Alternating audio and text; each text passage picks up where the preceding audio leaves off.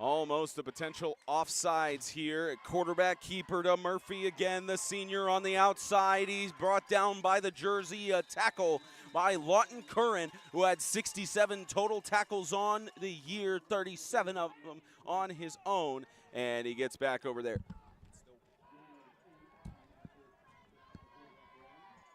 Just outside the 10-yard line for a 2nd down and 2 on the 11.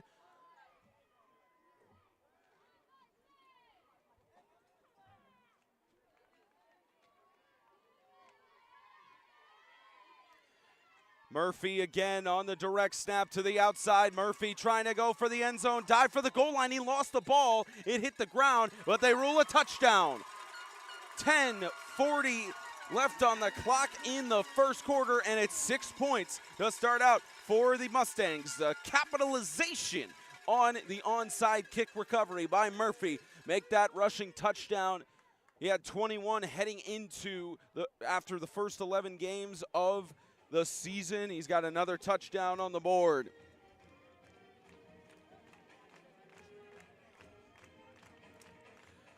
Scoreboard will be updated momentarily. It says 11:38. We're at 10 minutes and 40 seconds. 2-point conversion attempt coming up here for the Mustangs, as Murphy will keep it again himself as he tries to push for the goal line. And we've got a signal from the inside official. It is a successful try on the 2-pointer, 8-0 in favor of the Mustangs. And that's the thing, Murphy's got speed, and he's also got power. He's going to be able to push his way into the end zone to convert the 2-point conversion. And a lot of games come down to those 2-point conversions. We saw that throughout the last several days here, several of them coming down to 2-pointers. Talking even on special teams as well, technically. You were even talking about the field goals that could have been taken by the Tennessee Heat, and how it could have made a difference. And there are a lot of teams as well in the 8-man football scene who do not have kickers, so absolutely right with the 2-point conversion note. As we'll get the scoreboard corrected, it's River Oaks 8, Southern Christian 0. And think about it, Spencer. I mean, you missed 3 2-point conversion attempts. That's a touchdown. That's 6 points. That can be the difference in a game sometimes.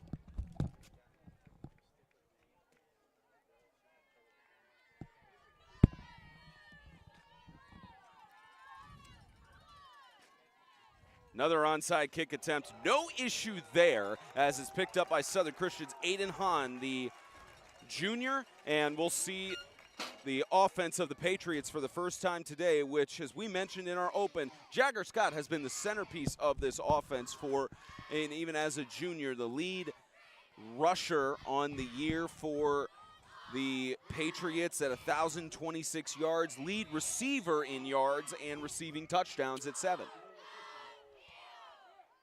I just want to point out on the kickoff, the return team, great job there by Hahn to scoop that ball. I just mentioned it. If you're expecting the onside, you got to put your hands team in. Great job putting the hands team in, securing the ball. Now they got a shot to tie it up. And a bold move to do that on the first play of the national championship, too, as it's a carry handed off to Jagger Scott.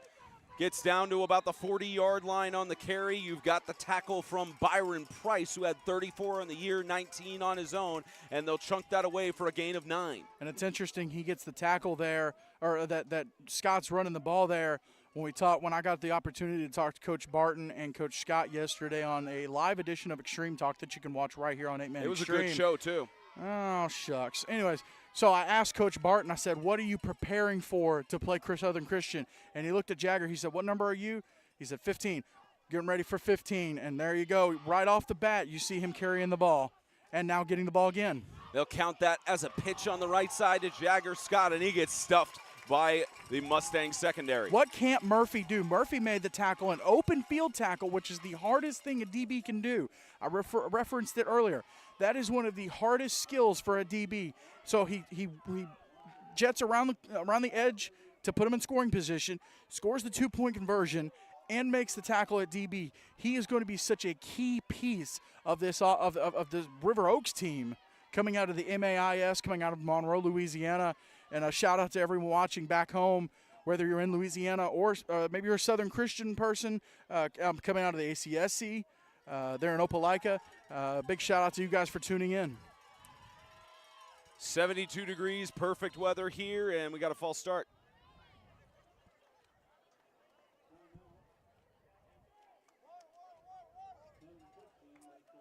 Looks like we actually got a timeout called by the Patriots. They'll use their first of the half. Very early on to use a timeout here. Nate Starr is our referee, and also umpire Corey Chimar. Paul Winsdell is the down judge. David Jacobs, line judge. Our back judge, Keith Herron. And I'll get the actual name of our clock operator at halftime. He was telling me some cool stories. He was an Air Force, or is an Air Force veteran. Has been working in high school officiating for several years. And at this point, he pretty much clock operated at this point after a long career. And he, along with this other crew, working the entirety of this eight-person, I apologize, 8 games total on the weekend. All of these officials rotating. And I believe we may need to fix the clock with this timeout. Currently sitting at 9:09. Yeah, there we go. Attaboy.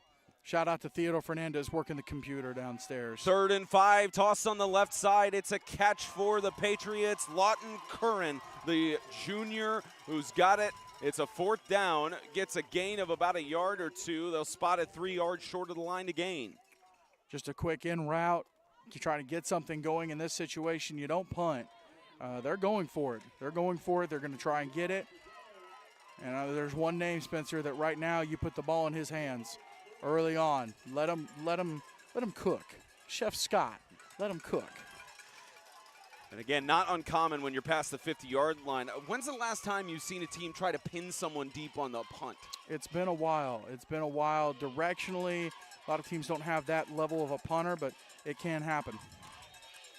And a flag in the backfield. False start. There is no flag on the play. A timeout was granted before the snap. Timeout, Patriots. Timeout was called by the Patriot offense.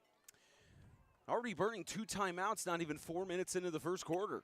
Listen, these guys played the first game on Thursday at 10 a.m., so it's been 48.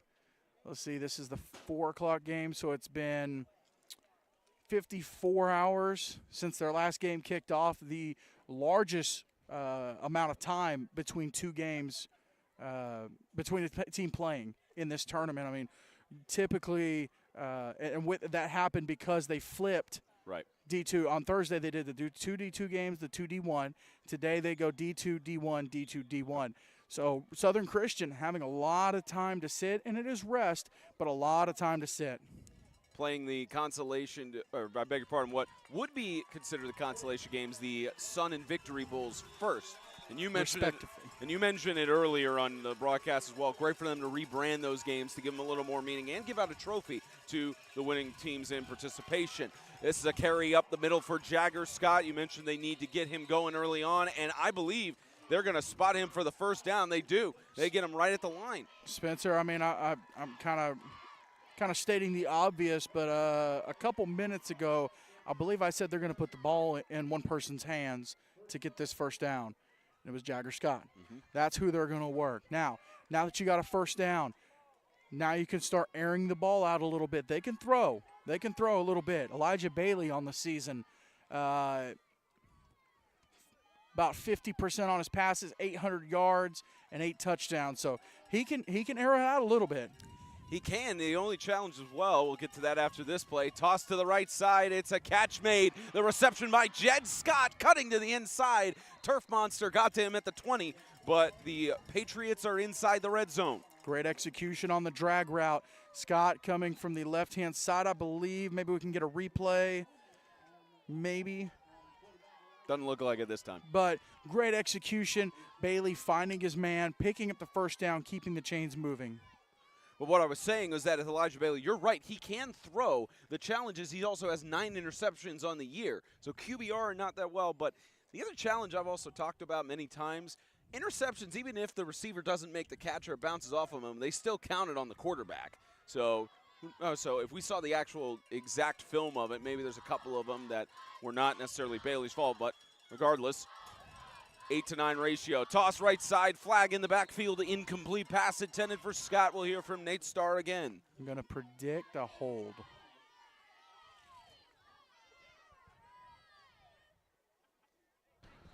Holding, Patriots. 10-yard penalty, still first down.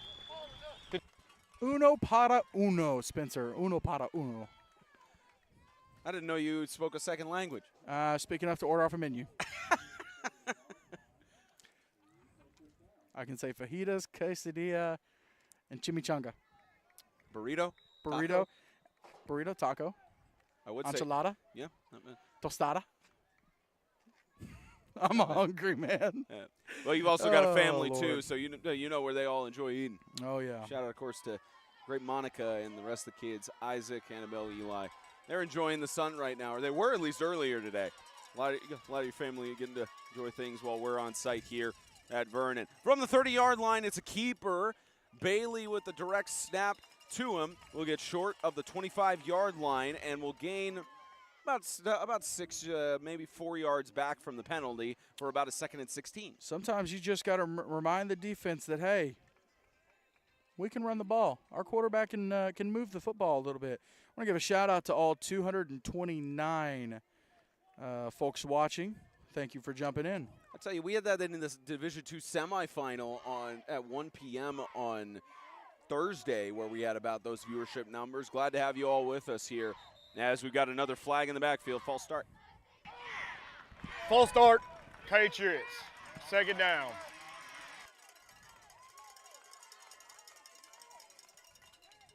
Getting him on the speakers and not on the PA system.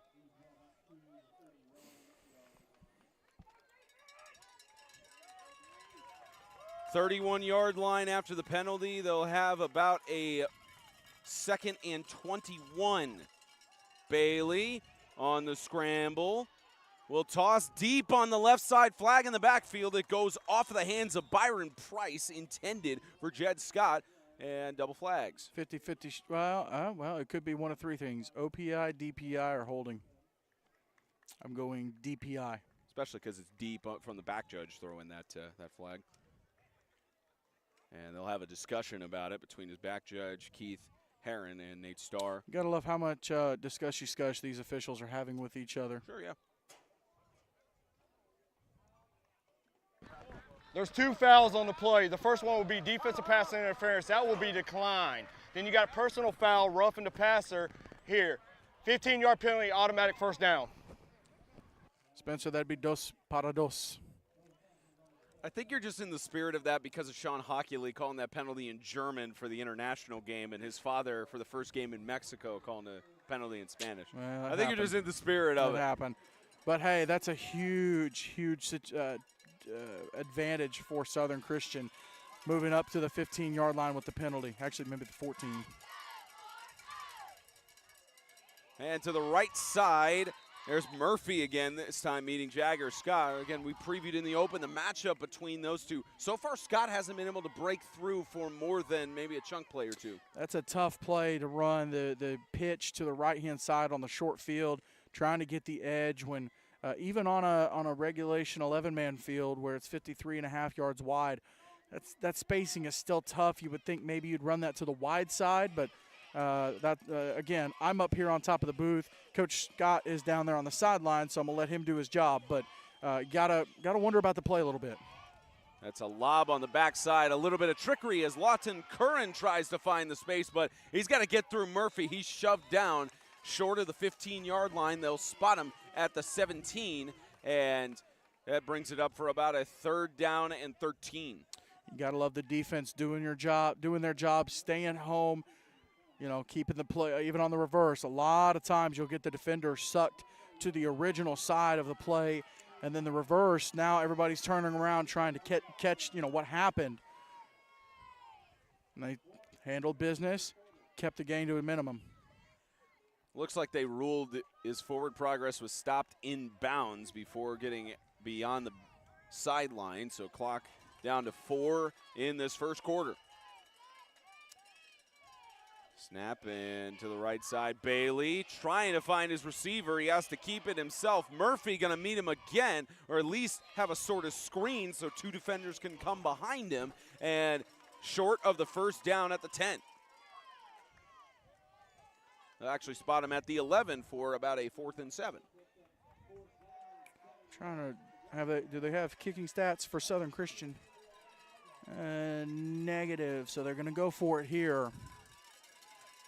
Yeah, I didn't see any. 11-17 just for kicks and giggles, 28-yard field goal, but they're gonna go for the first down here, and they can get the first down without scoring a touchdown. So you don't have to go for the end zone. You just got to get inside the 4-yard line.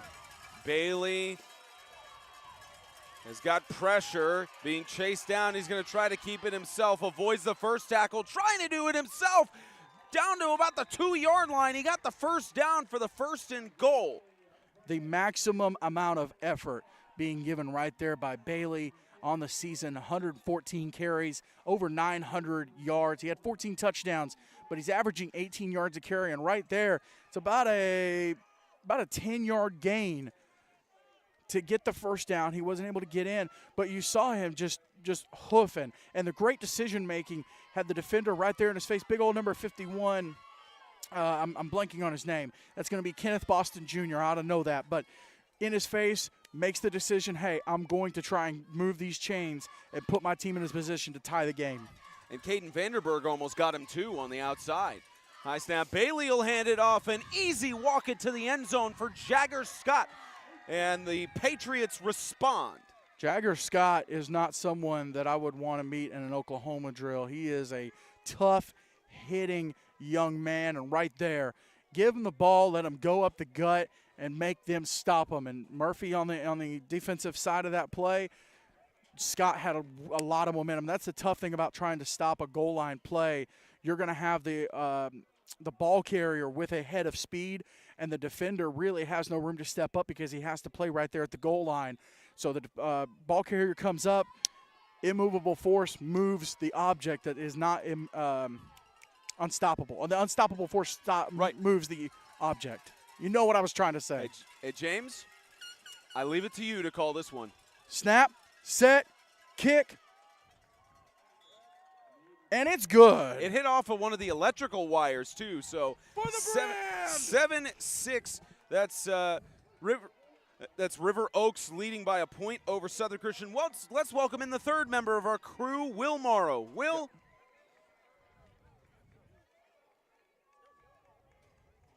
Looks like his microphone is not on. Yeah, we got some technical difficulties. We'll try to get his microphone on here soon. We'll get back to Will Morrow in a second as we head to the other angle. Yeah, we're still not able to hear him. We'll troubleshoot that on our own.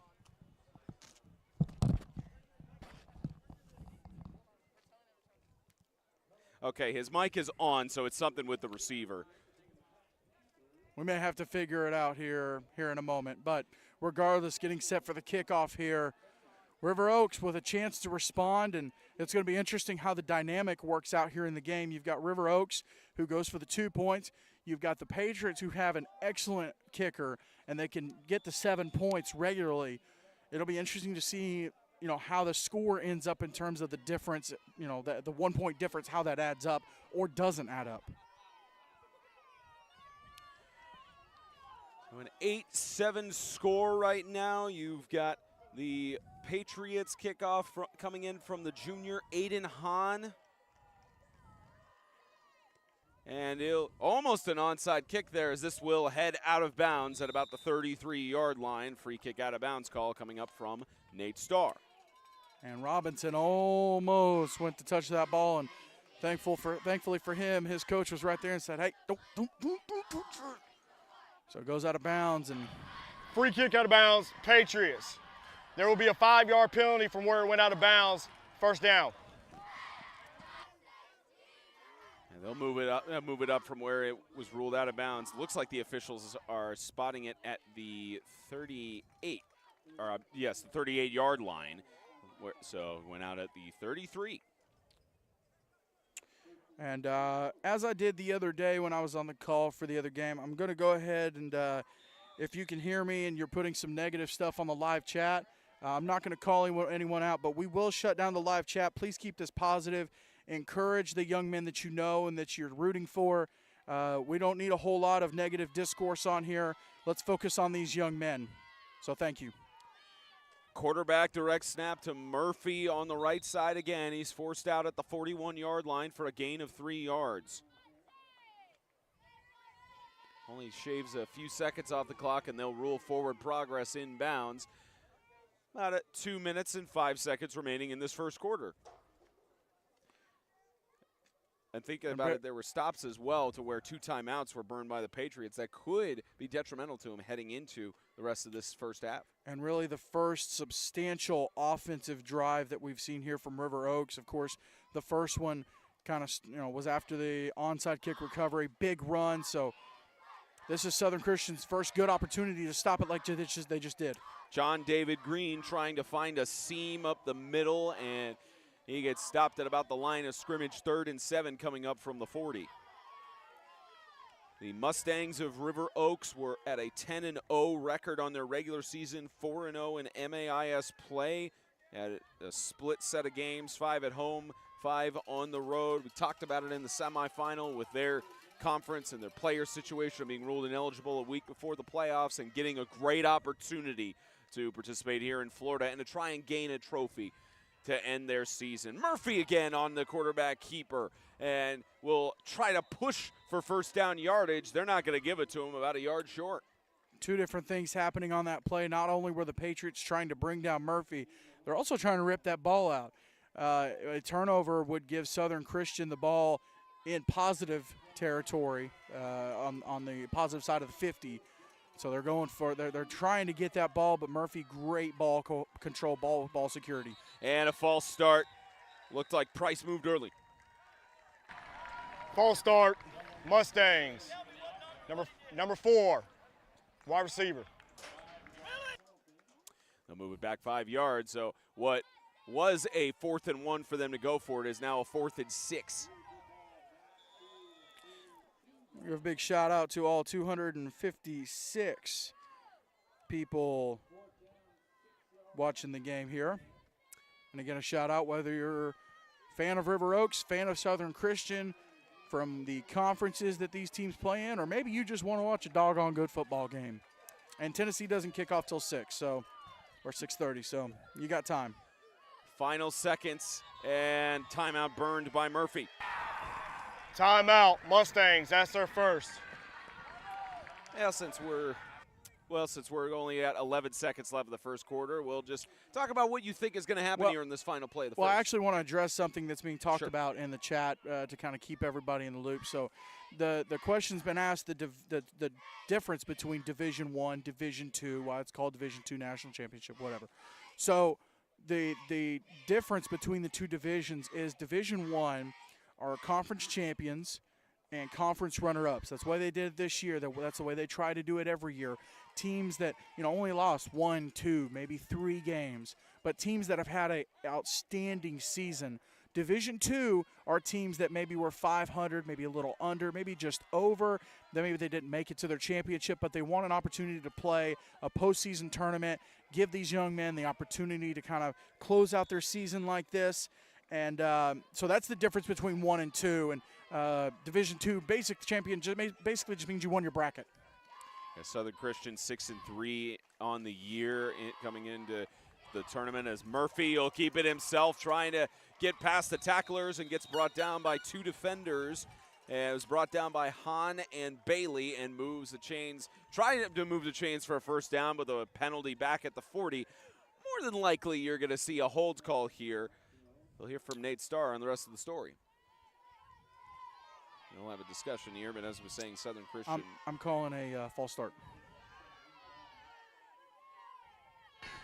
Illegal formation, more than 3 men on backfield at the time of the snap, 5-yard penalty, replay 4th down. That's definitely something these officials have been paying attention to. In the NFL, I think they've been calling it a point of interest. But something they've been paying attention to is making sure. That is the end of the first quarter. Thank you, sir. Making sure we couldn't tell from the horn going off, but messing with you. That's something they've been trying to make sure happens is you've got to have the 5 men on the line of scrimmage. If you're the receiver wide out, you're going to check with the official, make sure you're on the line. If you're on the line and you're tight end, your head or some part of your body has to be past the waist of the center. You have that's how you're on the line of scrimmage. If you're not and you don't make sure, and the flag came from the far side, so it's the line judge looking down, making sure that everybody's on the line. He saw something he didn't like, and there you go.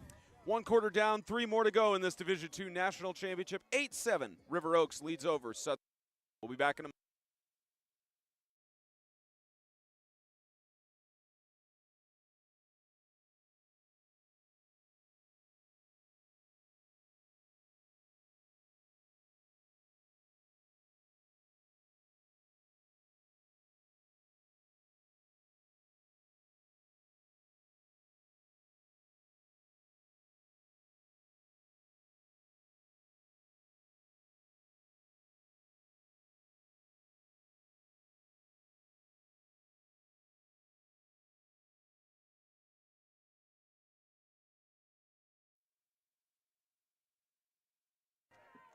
Start of the second quarter, sides of the field flip, toss on the right side intended for Murphy. It's caught. He's down to the 40-yard line. Got the better of Jed Scott, and you had the toss there from Jaden Davis with a big chunk gain down to the 40-yard line. A huge play for the River Oaks Mustangs.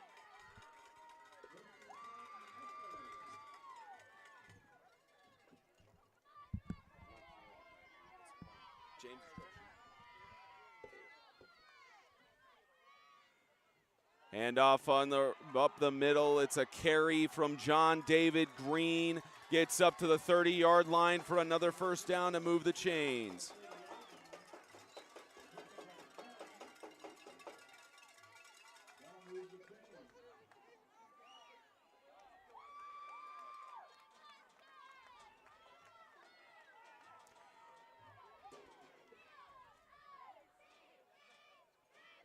$11:10 left to go in this second quarter, winding down. James will be back in a moment as he's troubleshooting an issue. It's John David Green up the middle to the 26-yard line.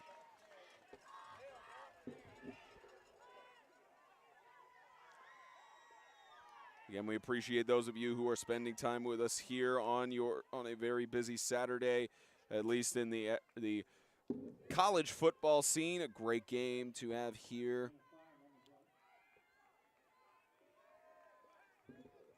Appreciate all 272 of you who are joining us here on 8-Man Extreme. Timeout. Timeout Mustangs. That's their second charge timeout. This timeout's brought to you by the Republican Party. Kudos to Nate Starr and those kind of comments. We have one timeout left on both sides of the scoreboard here with 10:38 left to go in the second quarter.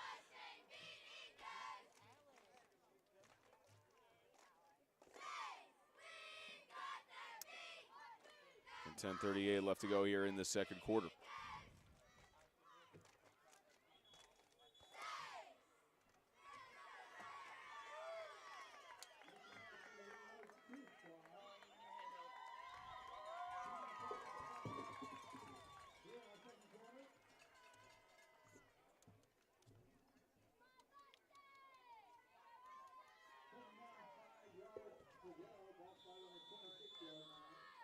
$10:38 left to go here in the second quarter.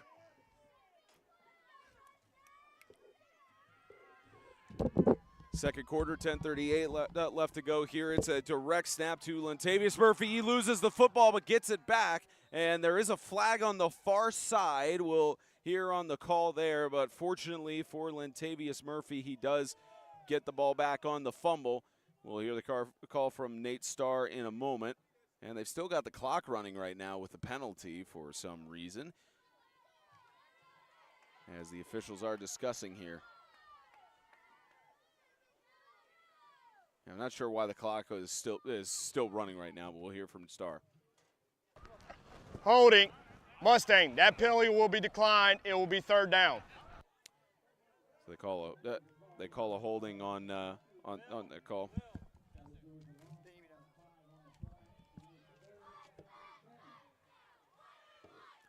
And they will continue to run the clock this time. In the backfield, Davis with the check down, tried to get it over to, looked like that was John David Green they tried to pass it to, incomplete. 9:49 is where they stopped the clock.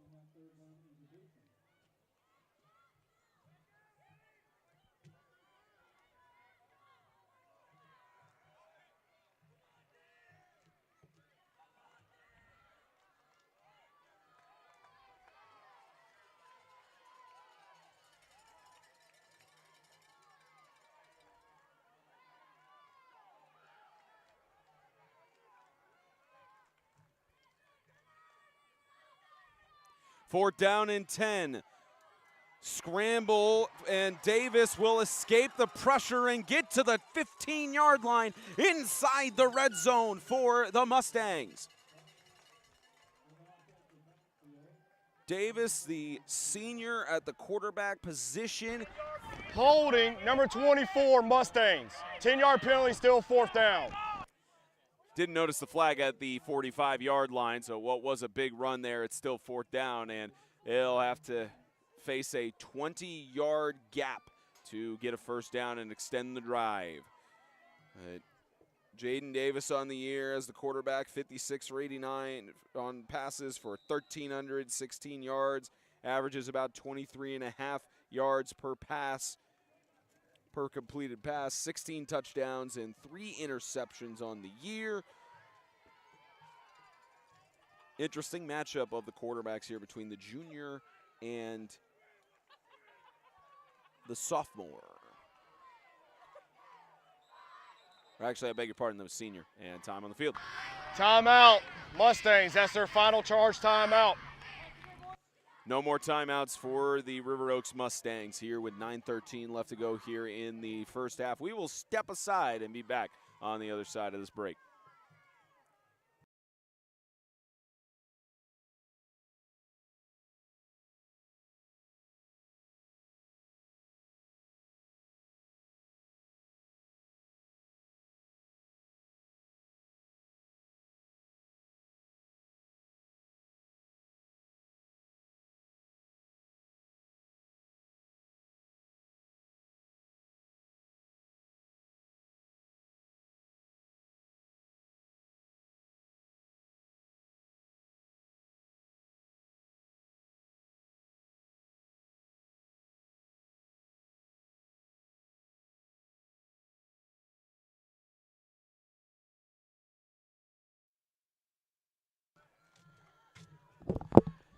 Here's Davis in the backfield, is going to air it out deep for Byron Price. It's intercepted. Aiden Vaughn picks it off for the Patriots and will get down to the 40-yard line. Perfect time for James to come back. Just a bit underthrown, and if we can get the replay, let's see if we can get it.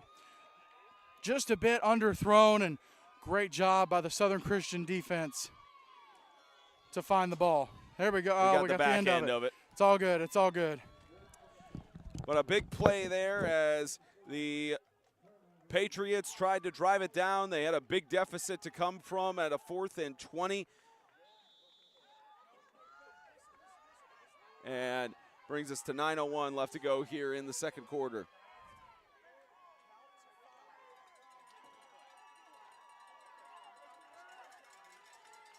First and 10 from the 40.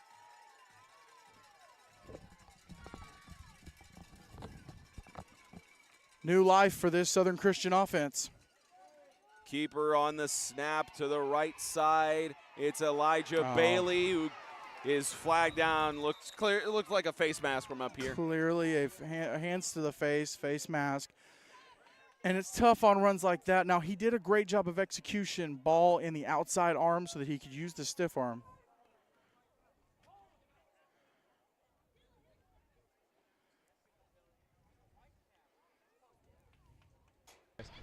Personal foul, face mask, offense.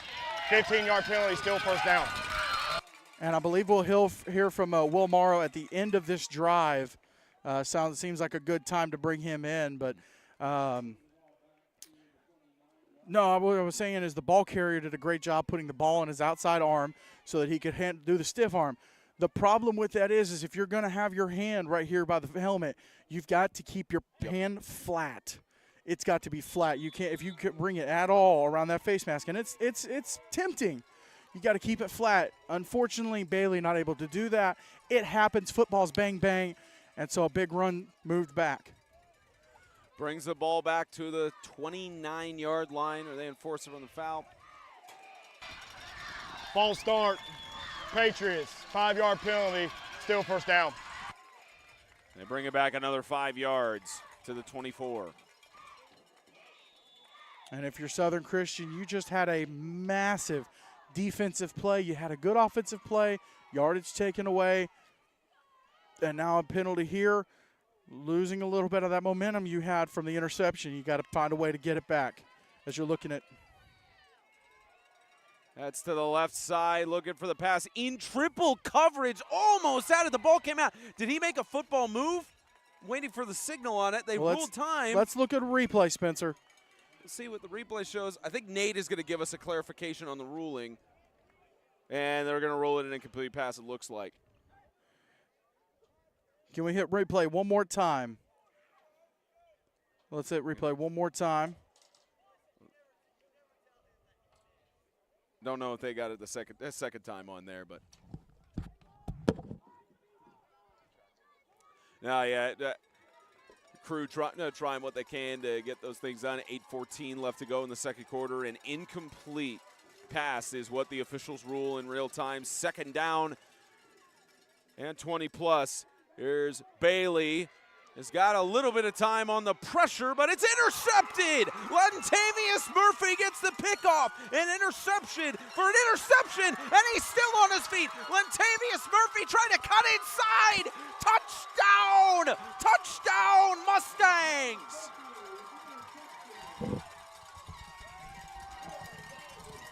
Murphy stepping up. I mean, how many things can this young man do to help his team win? How many things has he done throughout the year? The answer is a lot of things. And this young man right there laying it down for his team. Great job by Murphy.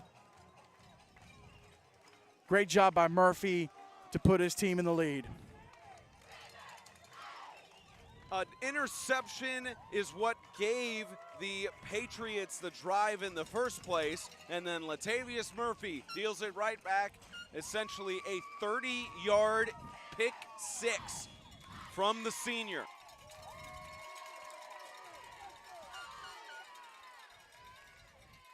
And I mentioned watch for the extra points to be a thing. They get this 2-point conversion. It's a 9-point game. It's a 2-score game. And it's a high snap. Jaden Davis trying to scramble with it. Is he going to make something of nothing here? He somehow did. There is a flag down as he dives for the pylon, waiting for a signal. It is ruled no good, but we'll check the flag. Yeah, let's get a replay on that as well. Let's see if we can see. We got holding on the Mustangs. That play would be declined, kickoff. Yeah, it looks like he was diving towards the pylon and trying to at least get somewhat close there, and makes it just a 14-7 game. All right, I think we got all the technical issues worked out. We're going to welcome in the third member of our broadcast crew, and Will Morrow. Will? Thank you, Spencer. I spoke with Mustangs head coach Lantavius Murphy, I spoke with Mustangs head coach Bo Burton prior to this matchup, and he told me that the biggest key to victory today for his team would be turnovers, protecting the ball on offense and taking the ball away on defense. Now, he has proven correct so far through 1.5 quarters as Lantavius Murphy rushing.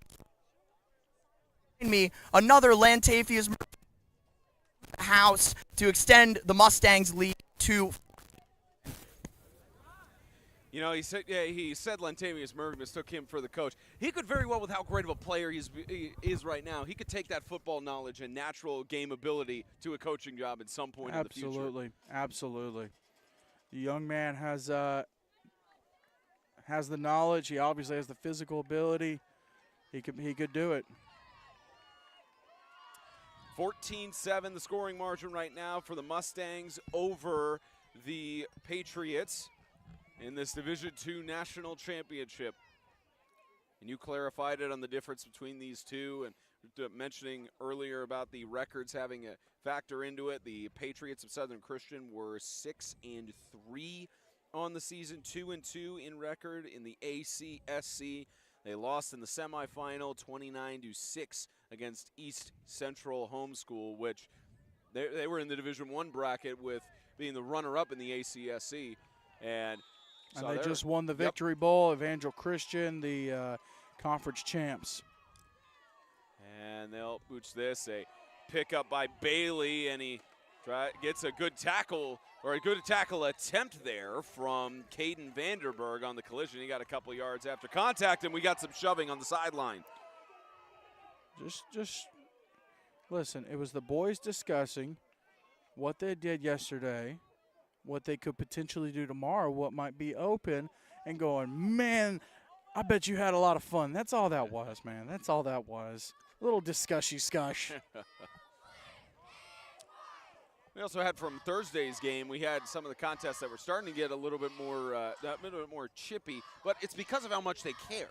It's because of how much these teams love facing off in this tournament, and you have some times where it's football. Emotions sometimes run high.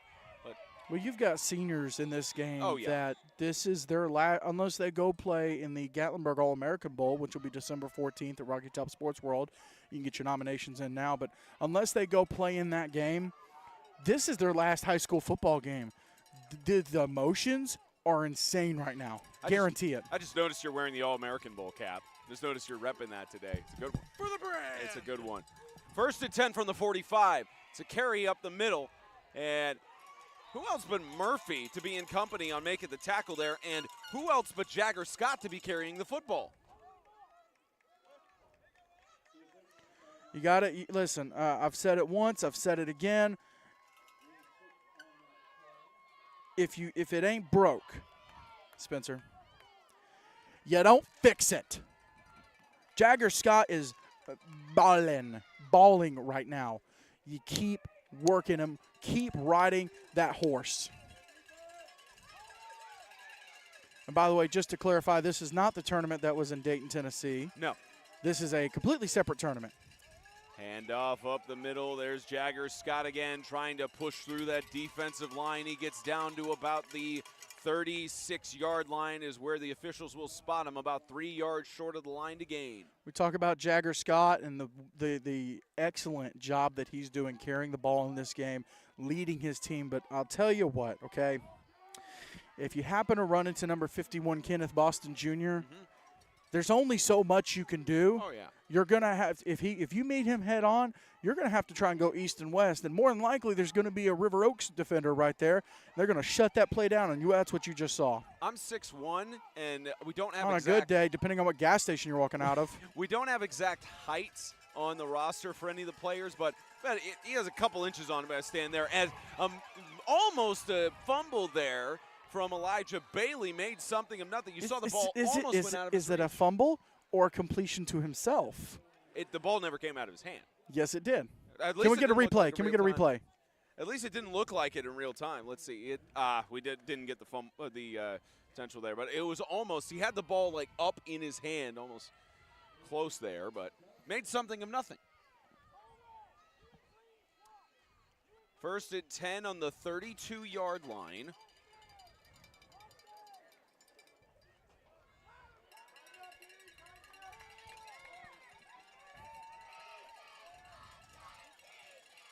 And we're working through some issues here, but we still have video of the play. A sweep to the right side, a good spin move as the Patriots, that was Curran trying to go to the outside, and he'll get maybe a yard or two gain for a 2nd down. Tell you what, Spencer, shout out to Alex Chasen working through the video issues, but, on that sideline camera filming the play, still a cool angle. Still a great angle, and a shout-out to Kate Atchison for filming and handling business and getting the great shots. Our crew just clicking on all cylinders here in Game 7 of 8. But cool to see the game from the field level for multiple plays. Just had to throw that in there. Yeah, see it on multiple angles for a multitude of reasons as this is pitched in the backfield to Jagger Scott again. Jagger Scott in the matchup against Lantavius Murphy. That's Murphy who won that battle. Gain of about 2 yards to the 30. This is a fun battle to watch the entire game. Jagger Scott, Lantavius Murphy, just back and forth and back and forth. And each of these young men at some point, they're going to dink and dunk and dink and dunk. And, you know, listen, I'm more excited. I was more excited yesterday to see the matchup between these two than that bum matchup that absolutely bombed last night with terrible service. I know which one you're talking about. They released the stats. 60 million households watched that one, Yeah, including well, us. yeah, well, 60 million households eventually.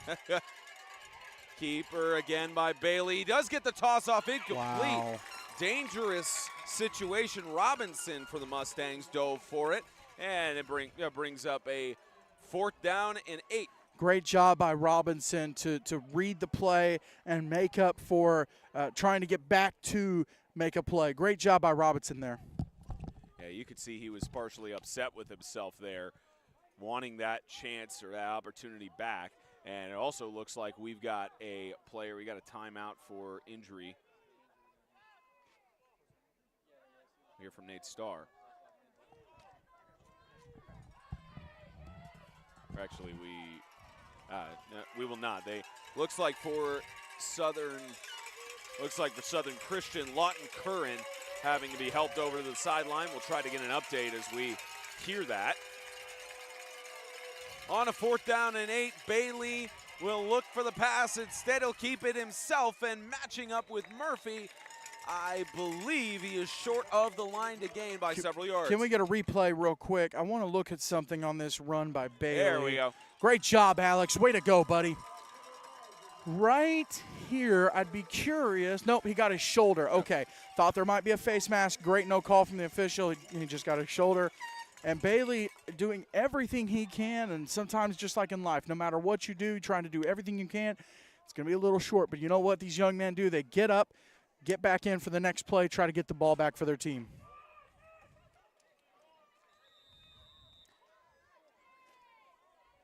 Well, 4:29 left to go in this first half. You've got the Mustangs from Monroe, Louisiana, starting off with a new set of downs. They'll try to drive it down the field.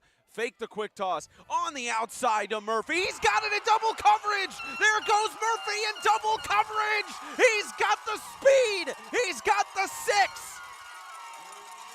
And you notice who never gave up trying to catch Lantavius Murphy. It's Jagger Scott, but right here, just on the money from Davis. Murphy, back shoulder, over the shoulder, boom, got it. And the acceleration this young man has to put River Oaks up by 2 touchdowns and put them in the driver's seat, outstanding.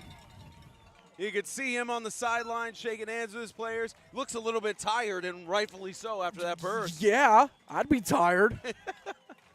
After one play. This young man's been doing it all game. What's that saying you always give, that I don't run, if you see me running, you should run too? Yeah, because I don't have to outrun whatever's chasing me. I just got to outrun you.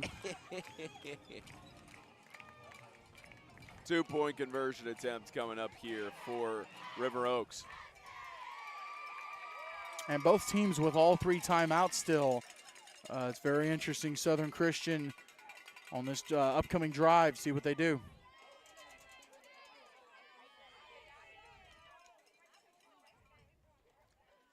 Direct snap again, trying to push to the No, goal sir. line. He got yanked down. That was Davis trying to get inside, but a good job by the secondary to not horse collar him, but yank him down from getting from the goal line. And Spencer, let me point out, I mentioned 2-point conversion attempts. At this point, if they had gotten this one and the last one, it'd be a 3-score game at 24-7. It'd be a 17-point difference. Only a 2-score game still. And the Patriots can still do their thing. They can still score extra points, They don't have to go for 2. They don't have to try and get out of their comfort zone. They can do what they've done all year and still take the lead in this game.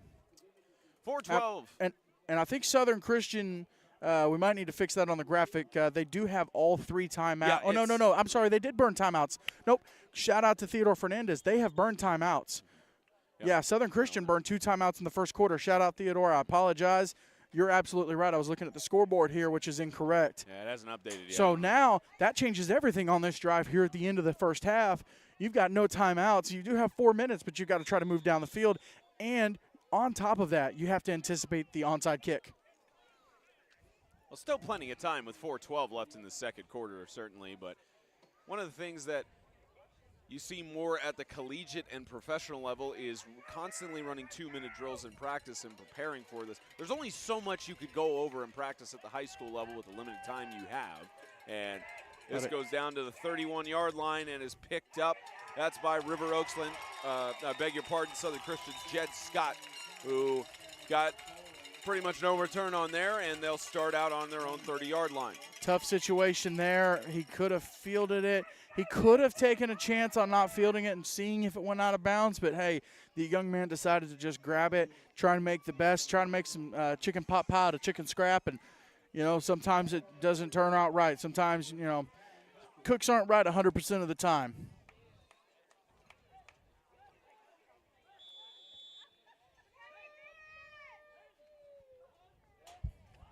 A 13-point lead. Just over 4 minutes remaining until we get to halftime.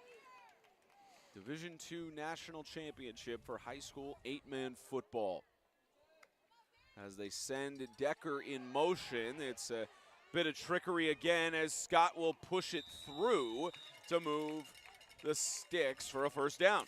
Spencer, River Oaks making the trip over from Monroe, Louisiana, and obviously homeschool teams very familiar with the caravan, but if you're coming from a school, you probably got a school bus or a van or something. You know, school bus typically is how teams travel. You could have fit a school bus through the hole that Southern Christian line. Just shout out to the big guys. The hole that they just created for Jagger Scott, you could have put the bus that came from Monroe, Louisiana right up the middle of it and not touched anybody on the edge of it. From just outside the 45-yard line, a new set of downs at the 43. Once again, they've got Scott on the outside. He's got some space trying to get past the final blocker. He could not. He got brought down by Caden Vanderberg, but not before getting a first down in Mustangs territory. And just like in life, sometimes your homeboy's going to come up a little short, and you got to have his back, as that just happened there. Jagger Scott trying to get the edge, made the first man miss, made the second man miss. Third man comes in, cleans it up, shuts him down right there at the 43-yard line. Great job by this River Oaks defense. You know, they chant, "I got your back, I got your back, I got your back, I got your back." They are literally playing it out on the field right now.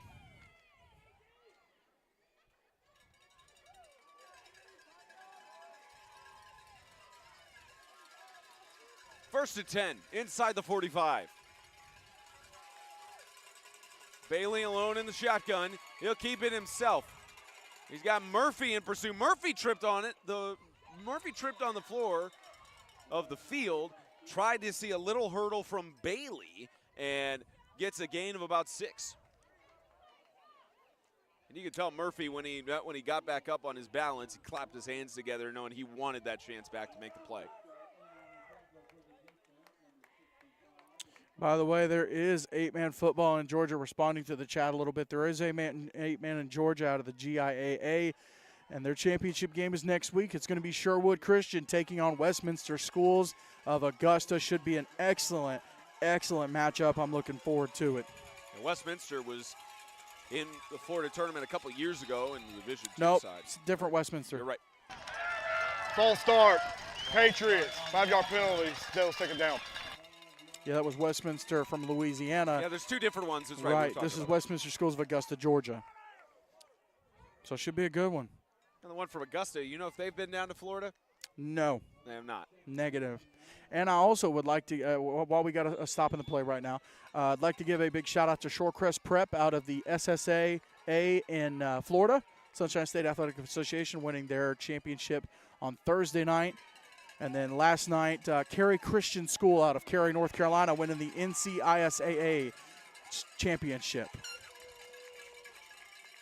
Bailey with the handoff to Scott, trying to get past the outside blockers, and got a gain of a couple yards. There's a flag on the backside maybe some extracurricular activity. A little bit of jaw jacking, Spence. Guarantee that's what it's for. A little bit of jaw jacking.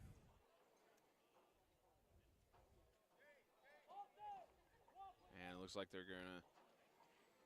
looks like they may move it forward here. Get the call.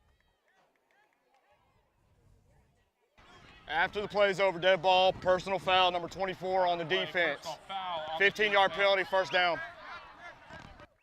Looking forward to hearing from Will Morrow at the end of the first half here. We'll talk to Coach Jason Scott, ask him a couple questions. Timeout on the field, Patriots. That's their last charge timeout. Okay, so the Patriots had one. They had one timeout left. So shout out to the chat. I did see in the chat that they had one timeout left. Yep. I just did not mention that's what I was wondering. Great catch. Great catch. Yep.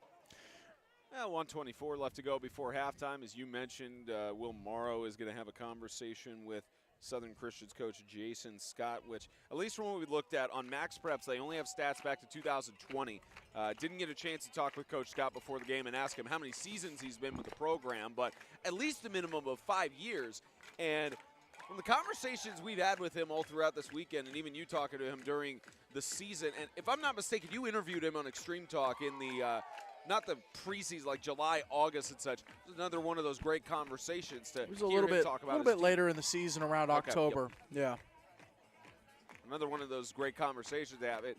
I have yet to find I have yet to find an interview where it has not been intriguing to listen to what the coaches have said. Coaches are interesting people, man. Oh yeah. You typically they've got 5 tabs open in their head and they can't figure out where the music's coming from.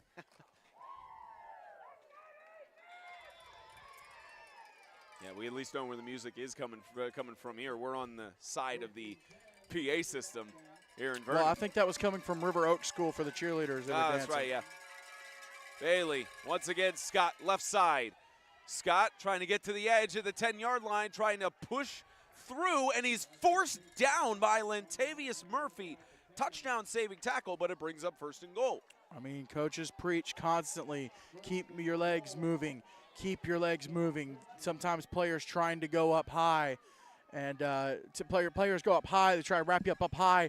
Just keep moving those legs, man. You're going to continue to move. They can't stop you if you do that. And Scott putting that into effect right now.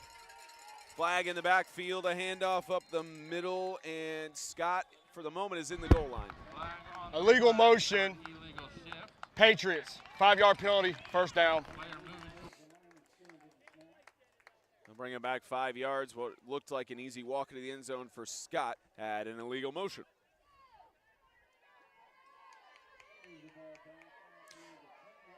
Real quick while we're stopped, Southern Christian coming out of Opelika, Alabama. And speaking of Alabama, the AISA championship game next week, next Thursday at the Crampton Bowl in Montgomery. It's going to be Cornerstone Christian, Columbiana looking to defend their title, taking on Macon East Academy, their first year in 8-man.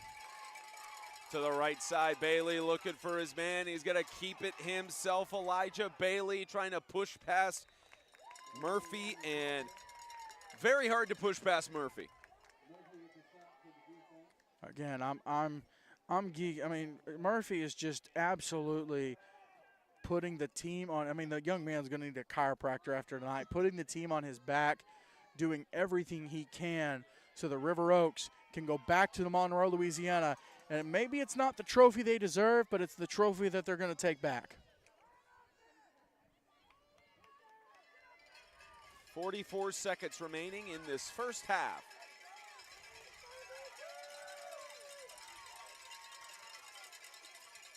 Bailey again is going to keep it to the left side, cuts back to the middle, looking to push towards the goal line, and he'll be short by several yards at about the 3.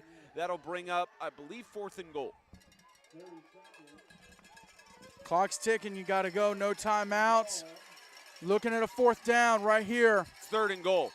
And flags moving back 5 yards for the false start. Correction, 3rd and goal. Yeah, they changed that down indicator pretty quick. Offsides, number 2. 3rd down. The clock will start on the snap. All right, so 20.9. And 3 or 4 seconds ticked off. Well, no, it would have started. Yeah, okay. So clock is going to start once they snap the ball, I believe. Yeah, it said on the snap. Yeah. So Well, yeah. 3rd and goal on about with the half the distance at about the 2-yard line, and another flag.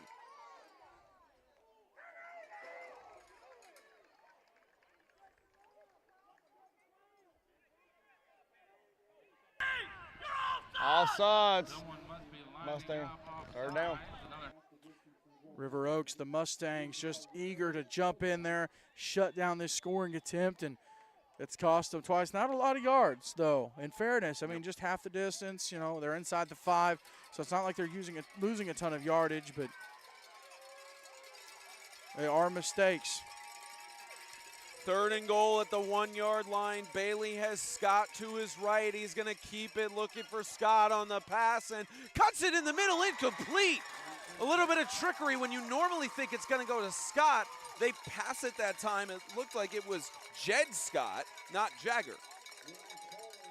14.6 to go, 4th quarter. And remember, Southern Christian received the opening kickoff and fumbled the onside kick attempt. River Oaks gets the ball here after the half. This is a great opportunity to close that gap a little bit in case River Oaks comes out and scores first drive of the second half. Here we go, Spence. They got a 4th and goal, 14.6. Direct snap, they'll lob it again. Jagger, Scott trying to push for the goal line. I don't think he got it. They roll him short. And we could see a challenge here from Coach Scott. Let's see.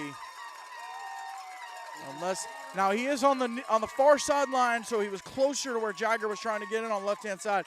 He may have seen that it was close. I don't think we're getting any indication of a challenge here from Coach Jason Scott. So 6 seconds left to go. You can't knee it out because you're on your own 1-yard line, certainly. There are fireworks going off of the distance here. I was wondering what all What those... are we celebrating? It's not Hanukkah, is it? No, and Veterans Day was this past Monday, so I'm not sure what the celebration is. But there's fireworks going off. Somebody's celebrating here.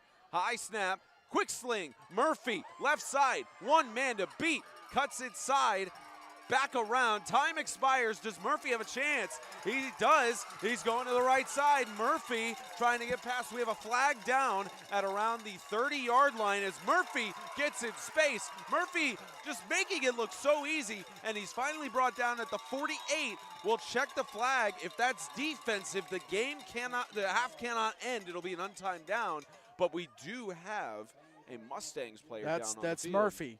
That's Murphy, who went down after being tackled by two people. We have 2. There's one. There is one on the far side where the flag is. Murphy reversing field twice.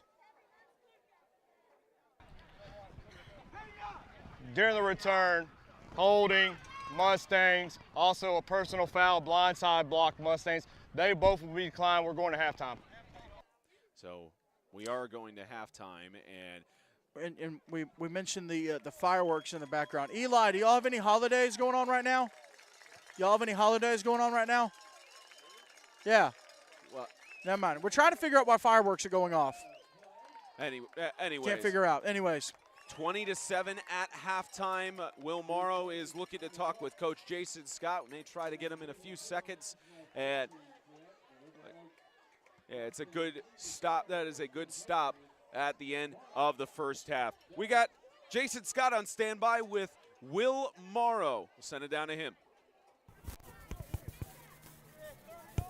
Thank you, Spencer. I'm here with Coach Jason Scott. Jason, you guys, held out of the end zone here just now at the end of the half. A couple handoffs there to your ringer, Jagger Scott, who found the end zone twice in the first quarter of that Coastal Hurricanes game. How do you feel about his performance so far? We're real close.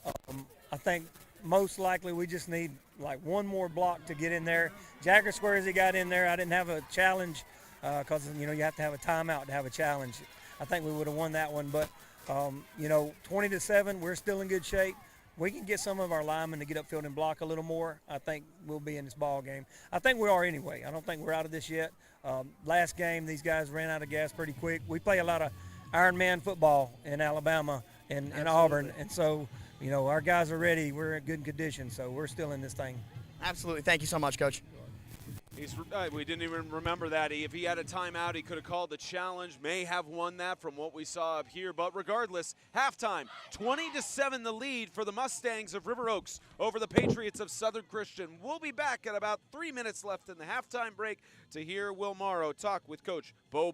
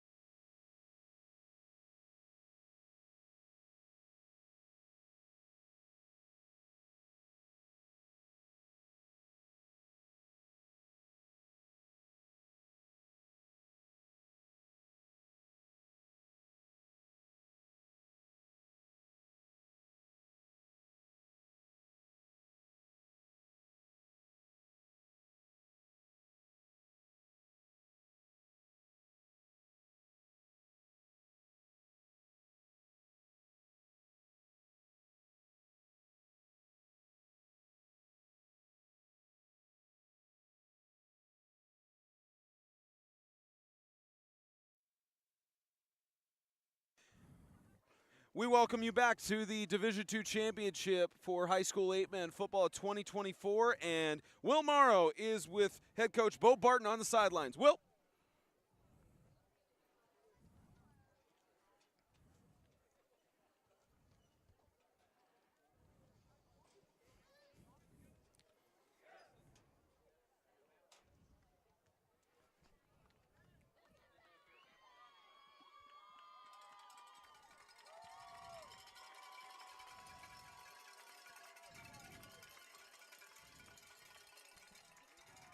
You know, when you're playing the 8-man stuff, a lot of onsides and tricky kicks, and we just need to get the ball and do what we do. Absolutely. Thank you, Coach. Thank you.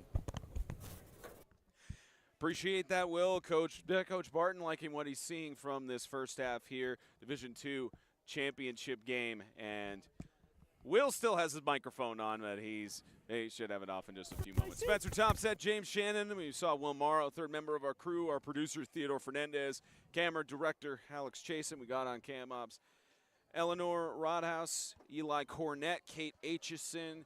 Very proud to be with you here at the Vernon High School football field in Vernon, Florida. Entertaining first half. You and I were talking beforehand that we haven't called a game together in about 2 years. It seems like almost any time we get together, it ends up being one of those close competitions. Sure, 13-point difference right now. It feels a lot closer than just a two-score game. Well, it definitely makes up for the first couple years of calling some real stinkers. But, no, great first half. I'm looking forward to it. I am interested to see how Southern Christian comes out unable to score there at the end of the half. Now they've had about 20 minutes to sit and think about it and game plan. And for River Oaks, you just got a huge stop. You're up by 2 scores. Can you keep that momentum of stopping Southern Christian from scoring? Can that carry into the second half? They do get the second half kickoff.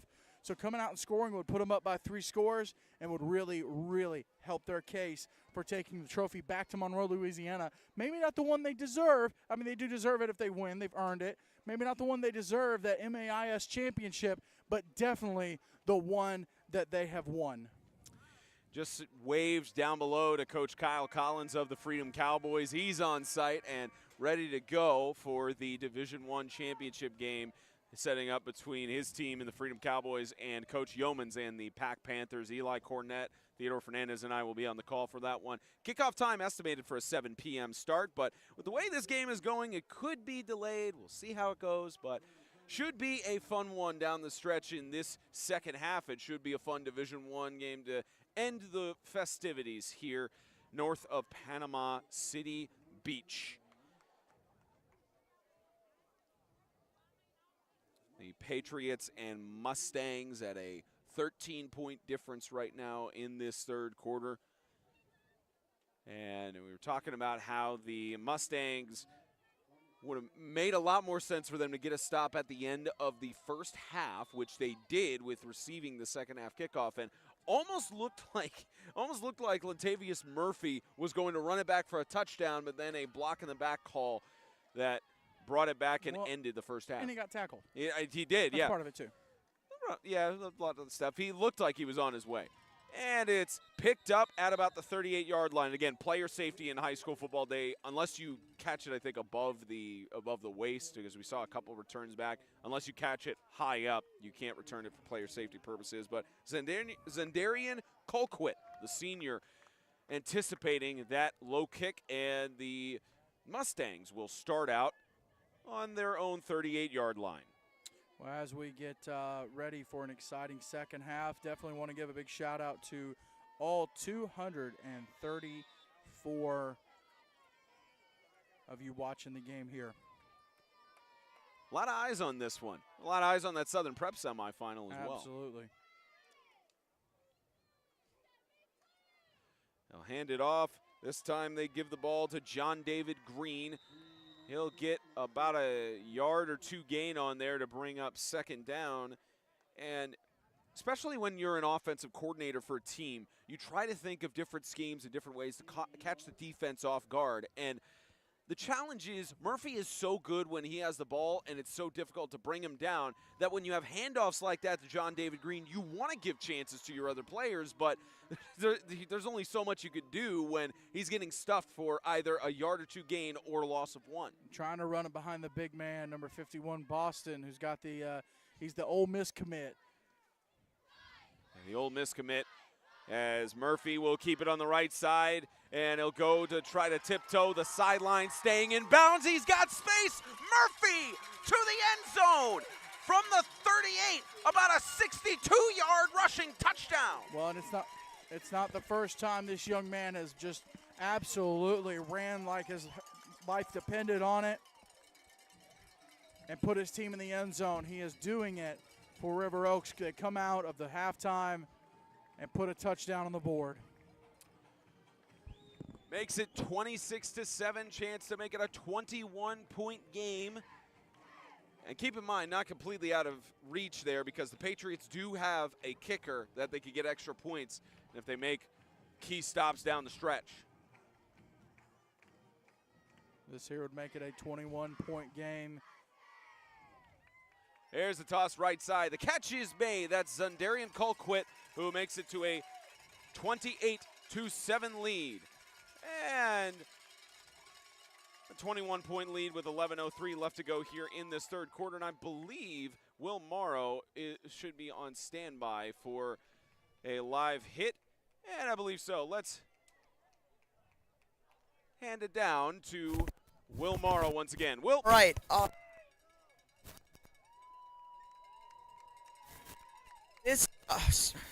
panicked. I can't do it. Okay. Hey, Spencer, I want to definitely give I want to give some recognition. I know we've got a couple cameras up top. I don't know if we can get a shot of it, but I want to give a huge shout out to this crowd over here on the River Oaks side. Obviously, you got some Pack Panthers here on the side getting ready for their game, but if you look, about 3/4 of the bleachers full of folks from River Oaks School in Monroe, Louisiana, and just doing a great job of supporting their team. Coming all the way over, I was talking to Coach Barton earlier this week, and he said, look, we got 30 ball players, we got 20 cheerleaders. That's 50 of the 200 kids in our school. They all have younger brothers and sisters. They came, parents came. They probably have a solid 200 people here. Picked up by Jagger Scott on the kickoff return. He can't be brought down. Gets to the outside. He's got one man to beat behind him, and Byron Price. Byron Price forces him down at the 15-yard line, and that might be the spark that the Patriots needed. And Price only brought him down because Murphy wasn't on the field. Murphy taking a breather after the touchdown, but that's the only reason that Price was bringing him down. Jagger Scott, great job reading the kick, fielding the kick, reading the defense, the coverage team, and putting his team in scoring position to answer a River Oaks touchdown. It's interesting. I talked to Coach Scott and Coach Burton yesterday on a live edition of Extreme Talk that you can watch right here on 8-Man Extreme's YouTube channel. And I mentioned earlier where I asked Coach Barton, what are you preparing for? He said, he looked at the player, Jagger. He said, what's your number? 15. We're getting ready for 15. You know what Coach Scott said? He said, we're going to find number 51, and we're going to run the ball away from him. And they've tried to do that. It seemed to work for the most part. As this one is carried up the middle, Jagger Scott, he'll be brought down by Caden Vanderberg and company. The junior in Caden Vanderberg, we've been calling his name a lot on the defensive side. Listen, sometimes you got to have guys step up in different ways in different areas. And they got to still be able to fill the gap. Right now, Kenneth Boston catching a breath on the sideline here, getting ready for offensive play. I mean, the score does not reflect it, but we're in a dogfight right now, at least at this point in the game. And you got to, they're a little bit of load management, resting him a little bit, getting him ready so he can go out there and help his team put another touchdown on the board potentially. But right now, this River Oaks defense trying to stop Southern Christian from making a 2-score game. See what they can do with 10 minutes left in the third, and it's a quarterback keeper once again for Elijah Bailey, trying to get past the defense, but you've got the combination of Robinson and Price. Don't allow him to get maybe more than a yard. And a great job there. Bailey, the initial fake, trying to give himself a little bit of space. Defense did not fall for it, held, contained, and brought him down before he could find the edge. Great job by this River Oaks defense. Yeah, this secondary has been difficult on both sides of the ball to really face.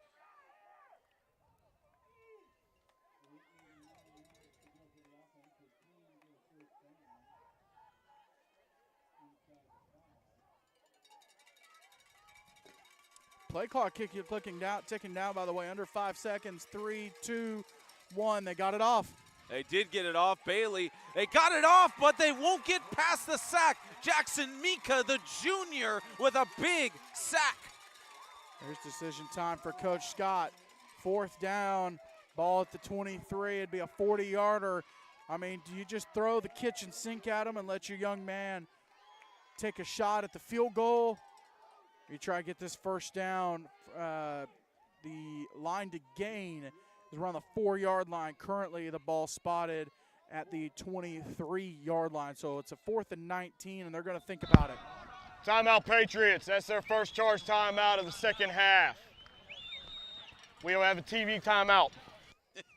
If only we had commercials to play for the timeout, Nate, but thank you for the shout-out. We appreciate Nate Starr saying that. One timeout used by the Southern Christian Patriots. We're going to head to a break. 8:33 left to go in the third as the Patriots think it over.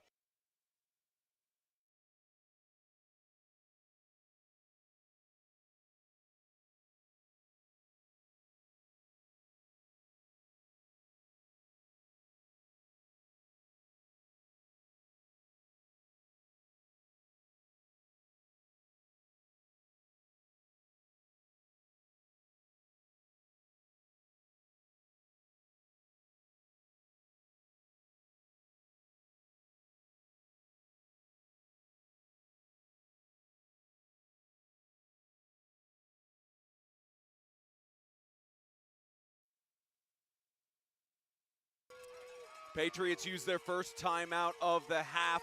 We'll see how that affects them going down the stretch of the second half. We'll talk about that after this play in motion. Bailey going towards the end zone and a shove off and a catch. It's a touchdown, no flag. It's a touchdown for Jed Scott. Let's hit a replay of it. Now you can't review judgment calls, but right.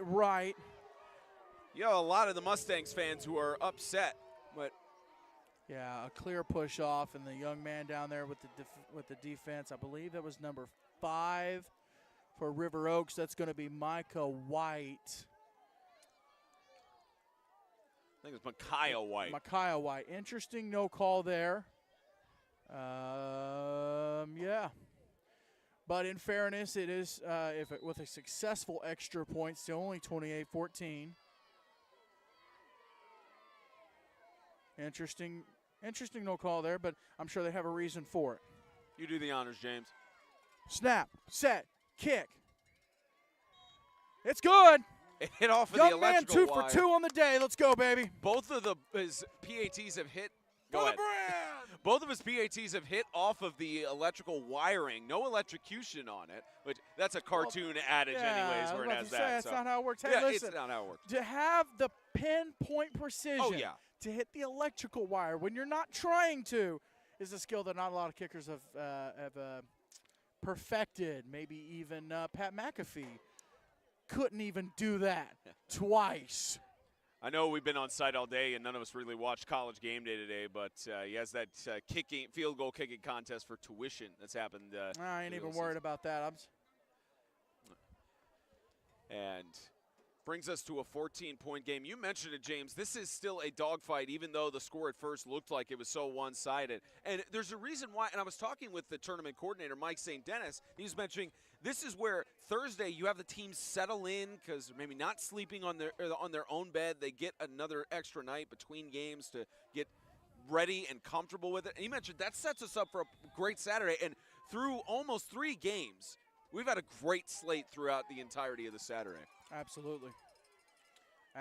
Been a great tournament. First time in tournament history, 8 individual teams up here, and had a couple blowouts, had a couple rough games, but all in all, great football played up here, down here in Panama City Beach. Oh, Vernon, Florida is where the field is, but North in the backdrop of Panama City. Onside kick attempt, and that is a collision between the two players, and it looked like John David Green collided into his shoulder into the helmet of Aiden Hahn. I will say not intentional.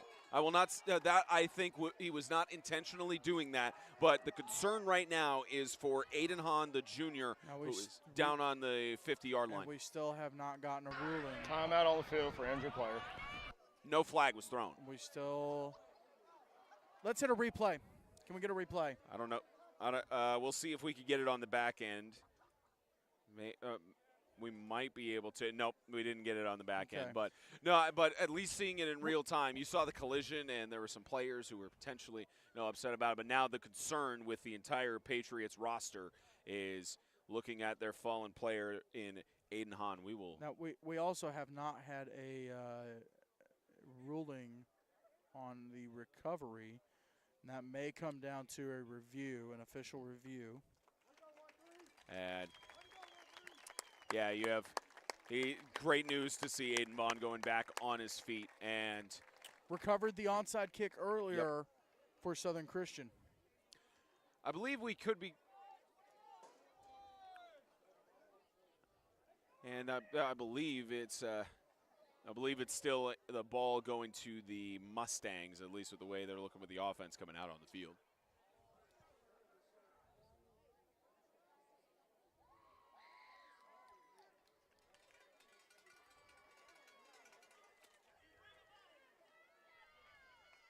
Yep, they are. Yeah, so I think it didn't go the full 10 yards, so the Patriots couldn't have recovered it. They would have just touched it down.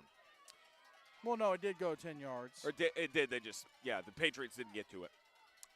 1st and 10 for the Mustangs. They had Price in motion, and they'll carry it again. This time, John David Green gets free. John David Green from about midfield gets about a 40-yard rush to the 10-yard line. A flag after the play.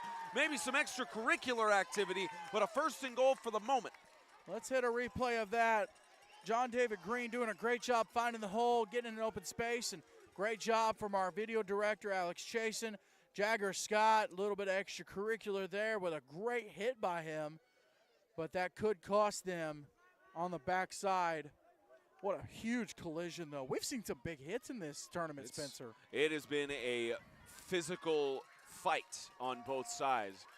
You mentioned it, both these teams really wanting to get this Division II national championship under their belts. Just loving what we're seeing here. This is high school football at its classic. In terms of the physicality. Waiting on Nate Starr for the ruling. No, we're good. Good ball. Unsportsmanlike conduct. Here, half the distance, 1st down.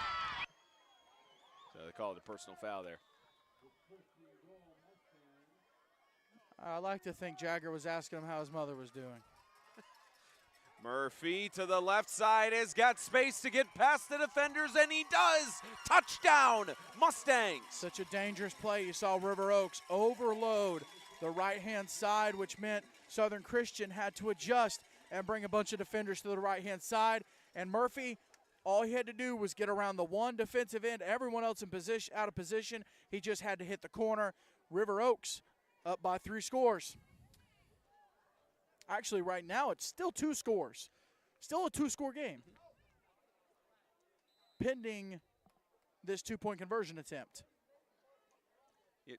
Two scores, 20 points right now in the difference. They haven't updated the scoreboard here. So the 6 points, and there he goes into the end zone for the 2-pointer. So it's a 3-score game. And I think another flag at the end of the play. So we've got another bit of extracurricular activity. And let's hand it down to Will Morrow.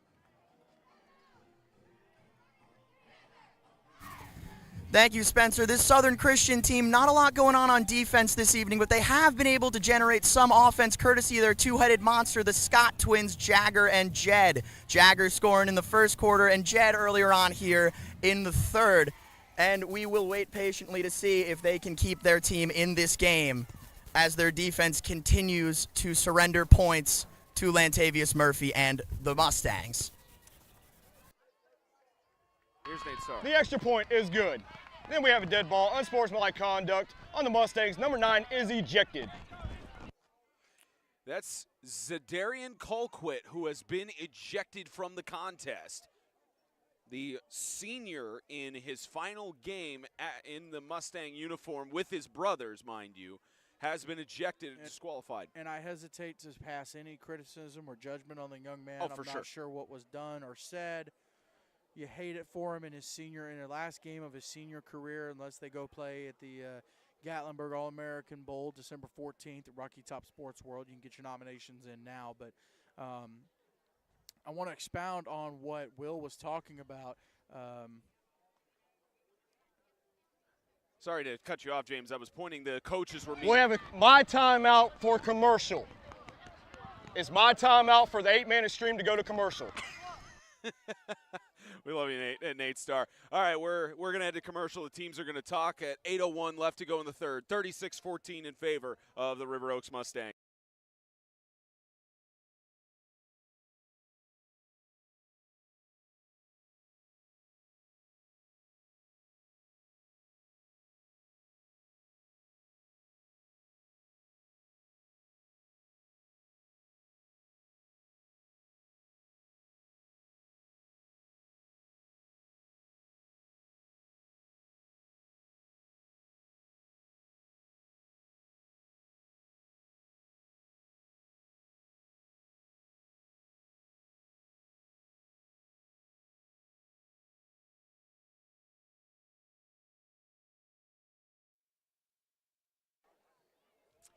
(36-14), 8:01 left to go in the third quarter. Nate Starr met with both coaches Scott and Barton just to discuss things over and maybe to explain the ejection, but also to tell them to help corral their teams together and finish out the game on a high note. I want to expound a little bit. I started to mention it before the break.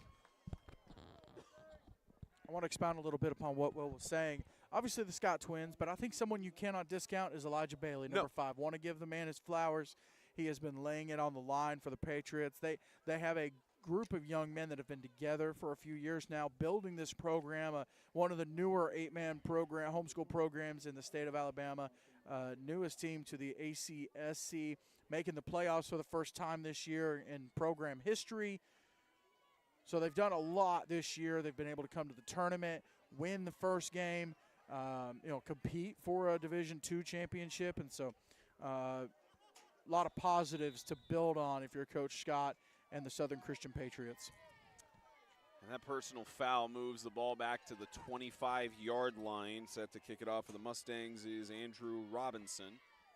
The freshman boots it, and that'll bounce on the sideline and is touched before it goes out of bounds by Jagger Scott.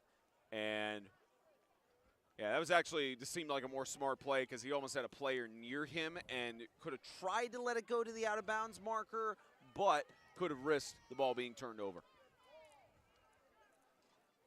And now Southern Christian with an opportunity to respond. They've done it a couple times tonight, responding to River Oaks touchdowns with a touchdown of their own. An opportunity to do that here.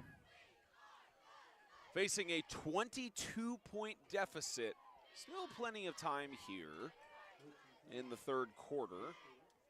I have a feeling this Division I championship game with the pacing of the second half is not going to start on time, which means for a more marquee matchup in the Saturday night light environment. They'll spot the ball right on the 50-yard line. Just a 50-yard drive ahead for the Patriots to try and send this back down, and up the middle is Jagger Scott. Almost tried to cut out the tackle to the left side. Jaden Davis stopping him after a gain of 2. Quick shout out, Spencer. 289 viewers currently watching the broadcast. Shout out to each and every one of you. Well, we got a big audience, Spencer. Let's give a shout out to our crew who's done a great job, especially in this game. Of course, Eli Cornett, Eleanor Roadhouse, Kate Atchison on camera duty, Alex Chasen, video director, Theodore Fernandez, producer, and Will Morrow on the sideline giving us extra. And Bailey will reverse it back. This goes over on the right side to, that's Lawton Curran. There are several flags that are thrown on towards the end of the play. So we'll get another penalty set to come up here for either opposition. Nate Starr will give us the rest of the story.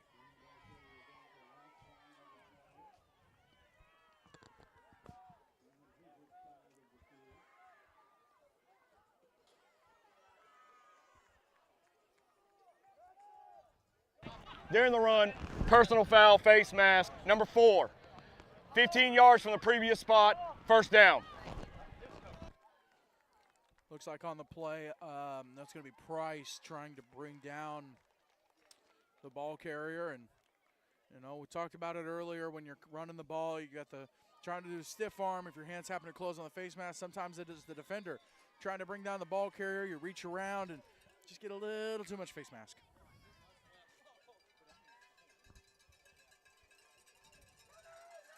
Seven minutes in this third quarter.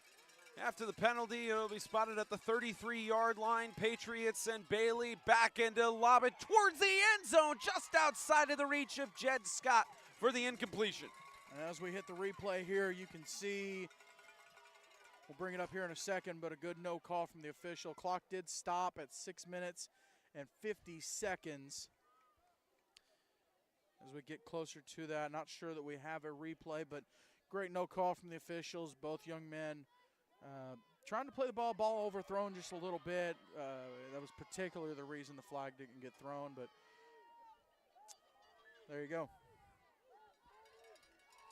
Southern Christian, this is their first ever tournament appearance in the NHFA festivities as Jagger Scott goes to the right side. Jagger Scott trying to push through and gets inside the 10 for a first and goal. Looked like he was forced out of bounds by James Poland and company.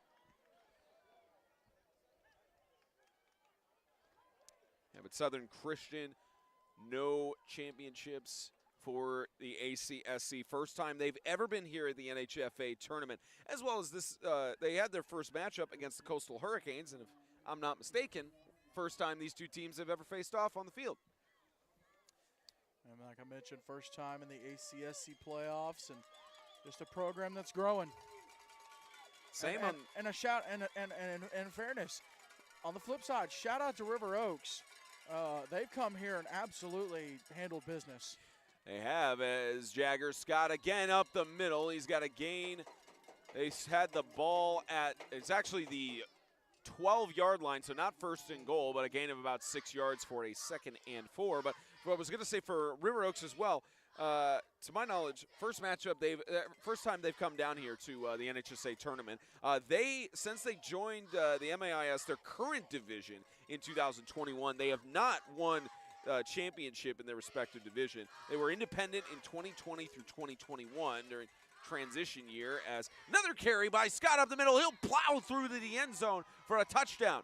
And in the Mustangs' first ever matchup against the Southern Christian Patriots, they get another 6 points on the board. Jagger Scott handling business. Southern Christian answering the touchdown that River Oaks was able to put on the board. Just a great drive for both teams here in the third quarter.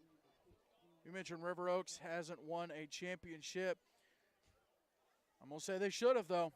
They should have, and just an unfortunate situation, a little bit of miscommunication, misunderstanding, whatever the case may be. 10-0 on the regular season. They were region champs on the field, region champs, just an unfortunate situation. But they decided to make. We'll get to that in a second as this is carried up the middle. Practically untouched was Elijah Bailey to put another 2 points on the board, and Southern Christian makes it a 14-point game again. Decided to make the whole situation into a positive, bring the young men down here. Some of these young men, first time going to the beach, first, just the whole experience that they've been able to have. And big shout out to Coach Barton, the administration at River Oaks, the parents and everyone that was supportive there of them coming down, the people who've made the drive up. Even a shout out to the MAIS. My understanding was their association was very encouraging of them to come down and play in the tournament. So a big shout to everyone involved there. on the River Oaks side. A special situation for these young men. Second time we've had a MAIS team come to the tournament. Hillcrest Christian a couple years ago out of Jackson, Mississippi, I believe. So every time they come down, man, it's good football, and it's interesting to see the styles of football of two areas that usually wouldn't intersect typically. But been some fun matchups. This one, only a 14-point game, and we've still got 5.5 minutes to go in the third quarter. Also good to see the amount of people supporting them in terms of viewers. We're almost up to 300 right now, and it was the same amount of numbers in the matchup against Southern Prep. Shout out to each and every one of you. There's an onside kick attempt. It will go the 10 yards. And interesting maneuver on the duck by Kenneth Boston Jr. Looked like he was aware that he may not have gotten to the ball and let his teammate in Andrew Robinson get the onside kick recovery. And we have a player who is slow to get up there. That was Jed Scott, who almost looked like he was falling over, and he does fall down there. So he's gonna have to be looked at by the medical staff. It is not. That is unfortunate. And we are going to step aside on an injury timeout. Well, it looks like he is walking over now.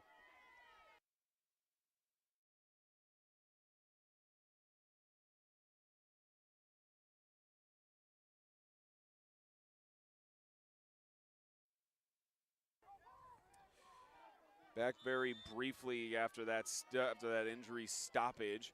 On the 45-yard line, the Mustangs will start out to try and keep their commanding lead. Nobody in coverage. A great catch by Micaiah White, the senior, to the outside, stopped at the 2. And the pursuit from Jagger Scott to get down there, make the stop, but a little bit of blown coverage there by Southern Christian. Micaiah White able to get open. Jayton Davis puts the ball on a dime. River Oaks, they answer Southern. They may, and a great show of sportsmanship there after the situation earlier that the coaches brought their teams together. The officials talked to the ref, the officials talked to the coaches. Great show of sportsmanship there. River Oaks may answer Southern. Timeout on the field. We got a timeout with. And Nate Starr is saying he was having a timeout of some sorts. I think he's going over to talk to head coach Jason Scott. River Oaks may answer Southern Christian, who is answering River Oaks.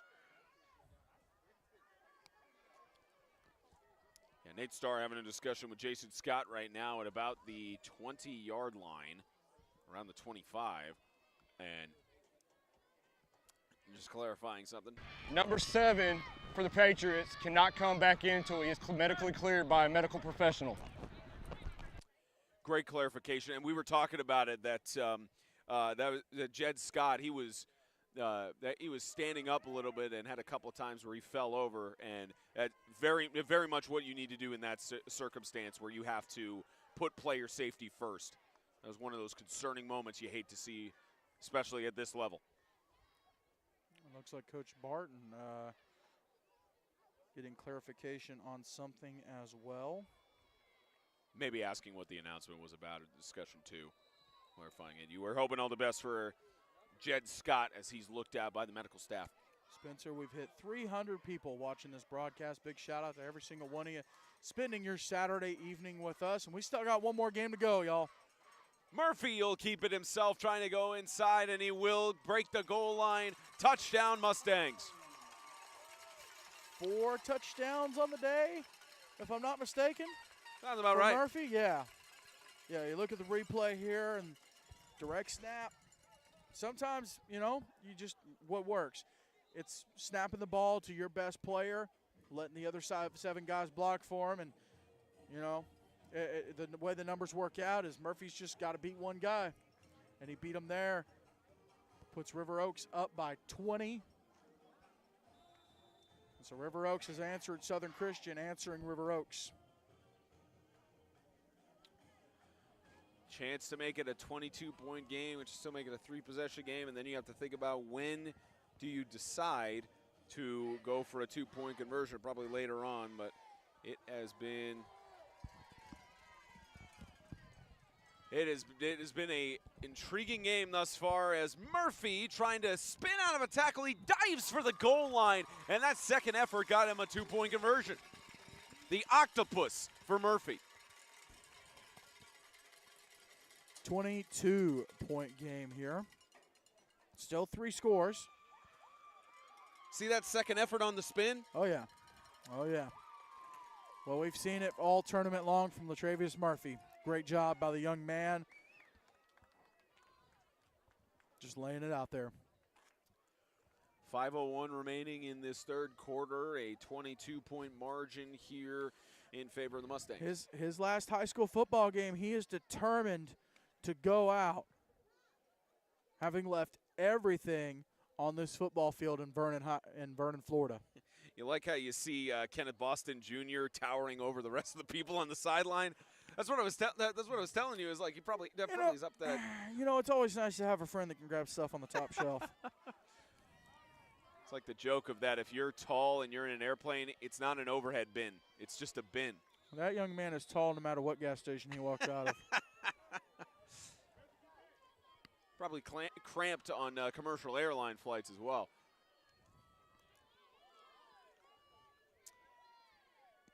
Robinson looking for the onside kick. A great scoop by Foreman. And that gets field advantage starting on the 50-yard line for the Patriots. Spencer, we need a good, deep kickoff in one of these games, and maybe it'll come in the Division I championship game coming up at 7 p.m. Pack Panthers, Freedom Cowboys. We need a good, deep kickoff to around the 5-yard line. We need to start a drive down there. If you look at the field, it's interesting. Down by the end zone, in the middle, very worn out, pretty typical. Here in the middle of the field, pretty worn out, pretty typical. Down at the other end, not as worn out, but a little bit. We need a drive that starts right in that area that's not worn down very much. Yeah, it feels like the entire tournament, we haven't really seen that many booties. Number 7 is medically cleared to come back into the game by medical professionals. Good news. Yeah, good news great to hear for Jed Scott that he's good cleared.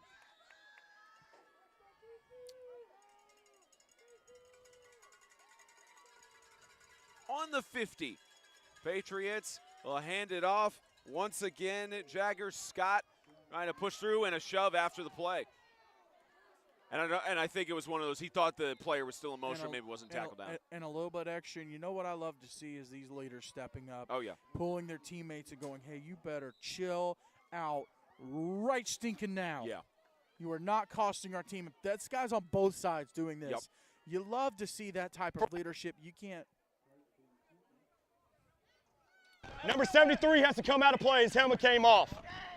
You can't teach that. That's something that a young man just has, and you can I should give a shout out to the parents of the leaders on this team for instilling the right values in them and teaching them the right things.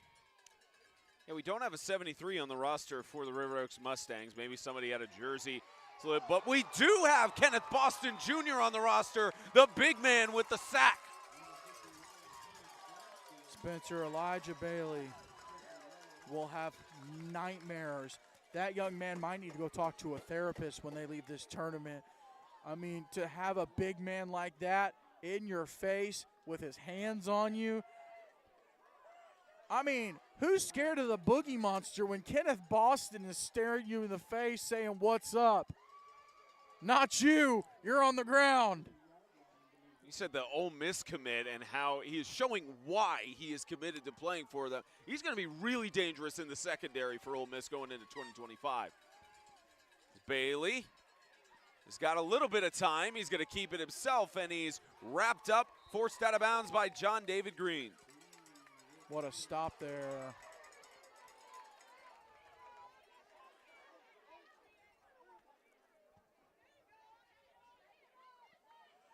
You notice a little extracurricular on the far side of the field. Officials don't throw a flag, but you know who's more upset about that situation? It's Coach Barton. Yep. Coach Barton is telling his guy, look, no, sir. And I love the control that these coaches have taken, the coaches, the leaders.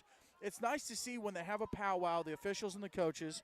Those coaches have a powwow with their teams.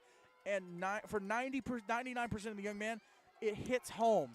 and it sticks with them, and they carry those values, and they carry what they were told and instructed to do. It carries with them. You love to see that from these young men. Yeah, Great character. The same thing on the official side, too. I remember the 2019 National Championship where towards the later half of the second quarter, starting to get physical and a couple shoves back and forth, and Nate Starr talked to both coaches and said, as we got a false start. False start. Patriots, still 4th down. But Nate Starr was pulled both the coaches aside in that game and said, look, this is my field as official. We need to keep control here in order. And from there, it all shut down. And you're right, the officials are doing as best as they can with that. Anytime they see a shove or anything, they're separating themselves in between. Well, they're also allowing the coaches yes. to control their young men and to admonish their young men. And really, that's how you grow young men. I mean, obviously, bad decisions get consequences, but sometimes those consequences can be at a little bit smaller level, come from your coach.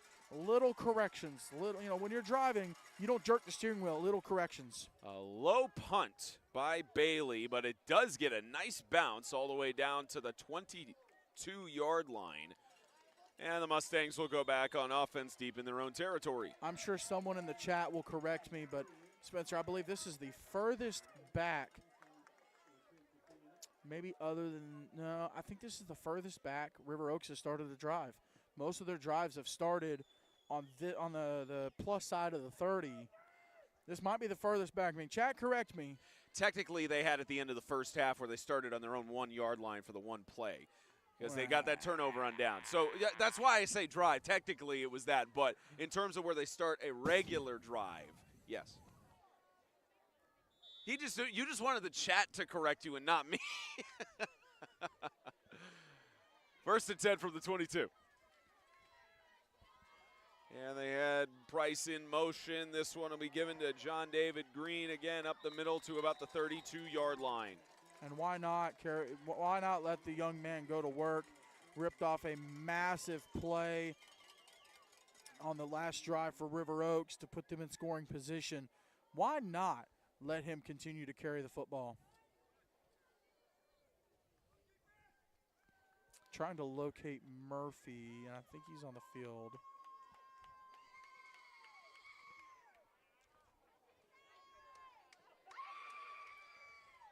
Got some passionate fans down here for the Mustangs.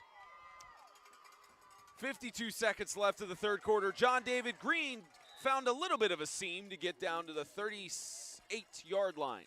They currently have Murphy split out wide left. And he does move the chains for a first down.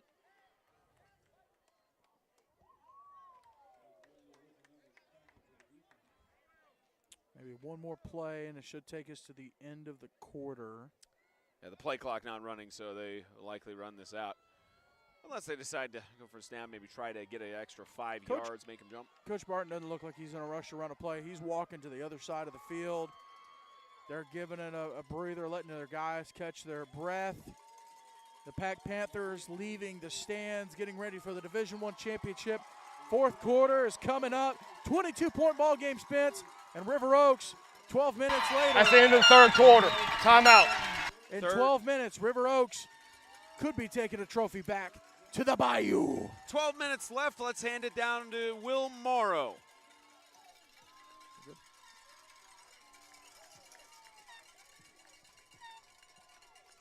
Let's hand it down to Will Morrow. Thank you, Spencer. As the score continues to roll up here in the Division II championship, tensions are rising on the sidelines. This third quarter was littered with unnecessary roughness penalties, with unsportsmanlike conduct. And Coach Scott is working to cool his team off, as is Coach Barton, as we enter the fourth quarter here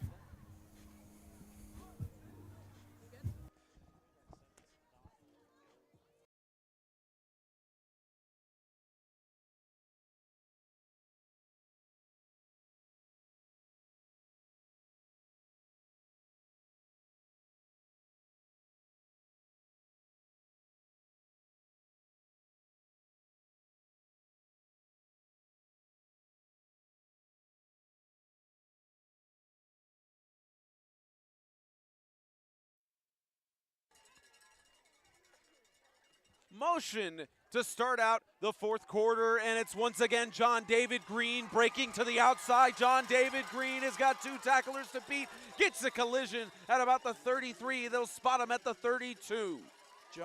Jagger Scott, not a small person, and he can lay a lick. We've seen that multiple times in this game, in this tournament, in his career. It's been noted over and over again. He's lucky he was able to knock that young man out of bounds because he went for the big hit instead of the tackle, which, you know, traditionally you want to go for the tackle, traditionally, but enough oomph. I mean, that just shows how strong he is that, and the confidence he has. Hey, I'm going to knock these guys out of bounds.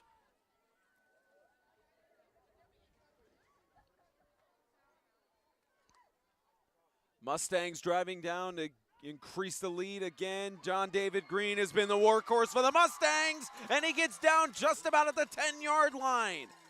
They'll spot him at the 11 for a 1st and 10. And on that play, they ran behind Kenneth Boston Jr. and the center. I'm spacing on the center. It's number 50, I believe. That's going to be Kenton Mercer.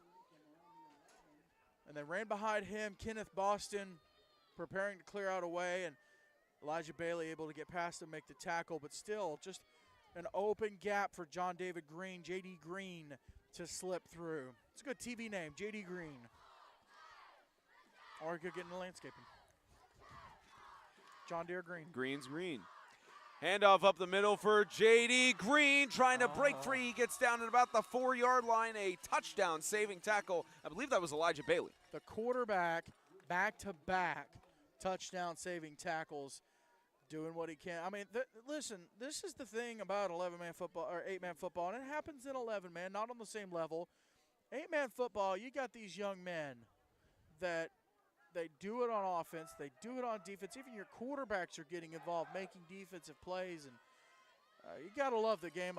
Just high school football in general, how much these young men play for their teams and play for their teammates. High snap, and once again to John David Green. He's brought down from behind by Jagger Scott and company.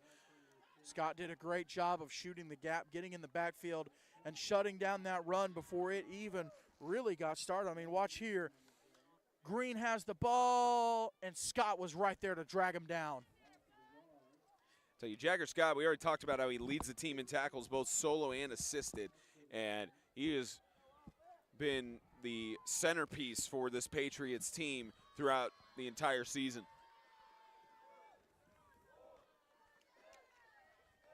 10 seconds on the play clock, 9-10 left to go in the game. Mustangs driving to increase the lead again. The ball is loose in the backfield, and Price picks it back up. Defender trips. Price trying to cut inside, and he's forced out of bounds by Jagger Scott. What could have been a lost ball in the backfield ends up in a positive play to at least bring it up to a 4th and about 5. Under 9 minutes, Spence, and River Oaks just trying to widen that gap to take that trophy back home. Southern Christian, listen, I'm going to give them massive props. They had the shutout win in the first game with Coastal Hurricanes. They've come out here, and I bet you if you ask Coach Barton, Southern Christian has given River Oaks every single dadgum thing they could handle. And honestly, Southern Prep too. Southern Prep Academy, the Fighting Rangers. I don't know what River Oaks. Timeout Mustangs. That's their first of the second half. We'll have an 8-man extreme timeout. I don't know what River Oaks was anticipating when they signed up to come to the tournament. I mean, that would be an interesting question for Coach Barton. Obviously, he's talked about knowing that there were good teams here and good quality teams. And I'm going to go on the record. I was very surprised. You look at River Oaks, they're 10-0 on the season. In reality, on the field, they're 10-0. I'm looking at them going, well, why aren't they playing in D1? They could be D1. But listen, even with them in D2, with these teams like Southern Christian where, you know, they've had a few losses and you know, some unfortunate breaks, even Coastal, Southern Prep, some unfortunate breaks, you know, a little over 500. The games that River Oaks has been in with Southern Prep and with here with Southern Christian. They've been great ball games. Obviously, River Oaks has been able to pull ahead, and they won the first one. They'll probably win this one. But they're not rolling over their opponents. No. I mean, we've seen some blowout. We mentioned Southern Christian shutout win against Coastal Hurricanes. Even earlier, the first game today was, it was a solid win. We have a second timeout, Mustangs. That's their second timeout of the second half. I guess you could take consecutive timeouts back-to-back in high school. It's a great question. Yeah, I guess you can there, but I guess another one, and they have one timeout left and lead by 22. But you're right, not a bad start in your first ever matchup against either of these two teams, and not bad for your first appearance in Florida competing for a national title. Spencer, if I'm a coach looking at this tournament, and I think my team's had a good season, maybe it didn't end the way I wanted it to, I'm taking a good hard look at this tournament. I mean, this tournament has had new life breathed into it this year, and there's several different culprits for that. But at the end of the day, this tournament, I would say, this tournament is the most interesting tournament since 2021. I'd agree. I'm just going to say, and 2022 and 2023, no shade to them. There were great ball games in both of those. This is the best overall tournament, and we're not even done. We've got a Division I championship at 7 p.m. right here on 8-Man Extreme. Direct snap. Lentavius Murphy will make it look easy once again and get into the end zone for another touchdown. Took 2 timeouts and some reconfiguring from the Mustangs, and Murphy has got another score. Spencer, did you see who Murphy decided to run behind, was scheduled to run behind? The big boy. And J.D. Green running the ball for his team, doing what needs to be done, and he makes the block. I mean, just across the board, this River Oaks team, young men making blocks when they need to, and Southern Christian as well. Those young men making blocks when they need to. And another 6 points on the board with 8:05 left in regulation. Chance to make it 8 for the Mustangs as they already lead 50-22, trying to make it a 30-point game. Southern Christian Patriots have had some responses from the scores the Mustangs have made as Murphy muffs the snap, but even when he doesn't have full security of the ball, he's still walking it into the end zone, and that gets us at a 52-22 scoring margin with 8:11 left to go in the game. You know what should have happened on that drive as they got down near the goal line, Spencer? We should have seen a big man touchdown. We need a touchdown throw to number 51, Kenneth Boston Jr., in his last high school football game. Unless, again, he goes to Gatlinburg, the Gatlinburg All-American game, which I would love to see him up there in that seniors game. Of course, they just expanded it to 2 8-man seniors games and in need of linemen, and he would be one of the best, in my opinion, one of the best linemen there. We need a big man touchdown, Spencer. As a big man, as a former offensive lineman, I am advocating. I might just lean over the side right now and go, Coach Barton, we need a big man. Maybe not even a touchdown. Big man pass. Touchdown would be icing on the cake. Chef's kiss. Well, I'm not sure if they're going to get it. The mercy rule is now run, so the clock is now down to 7 minutes and 30 seconds. So, I mean, if the Mustangs do get the ball back here, there is a chance of that. But the mercy rule has been enacted. The officials ruling it with a 30-point advantage, and they're going to let this one run out. And you certainly hate to see that in a final game for your high school career in a national championship at this point with a 30-point advantage. And I don't know if you can look on the far side of the field, Spencer, just past where the kickoff's about to happen. You see who's warming up. It's the Freedom Cowboys. And Owen Vaughn just got the ball in the kickoff recovery of the attempted onside kick. But you're right. You got the Freedom Cowboys warming up in the backside. We've got behind us in the press box the Pack Panthers are warming up as well.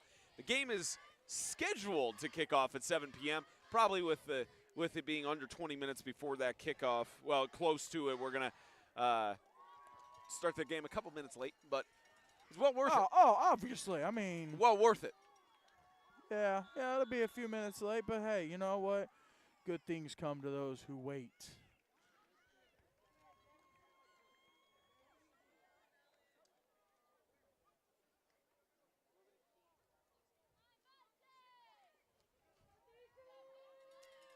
First and 10 on the 45 with the clock winding. The Southern Christian Patriots will try to drive it down the field. Elijah Bailey is airing it out on the left side, and it's batted down. There is a flag, likely for defensive pass interference. They'll call that on Byron Price.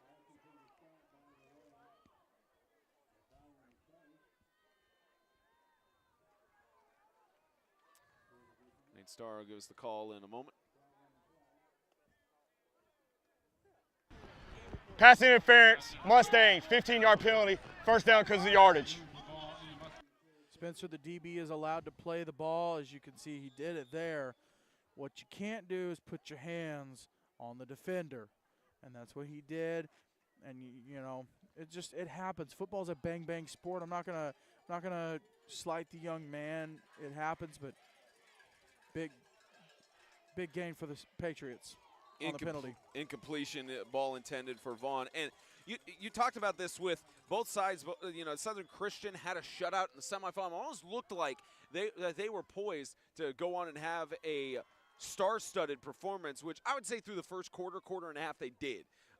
It's just the Mustangs, when you have a guy like Latavius Murphy and you've got an Ole Miss come in and Kenneth Boston Jr., there's only so much you can do, and that's part of why the scoreboard doesn't necessarily reflect the quality of play we've seen from the Southern Christian Patriots. We got to delay a game.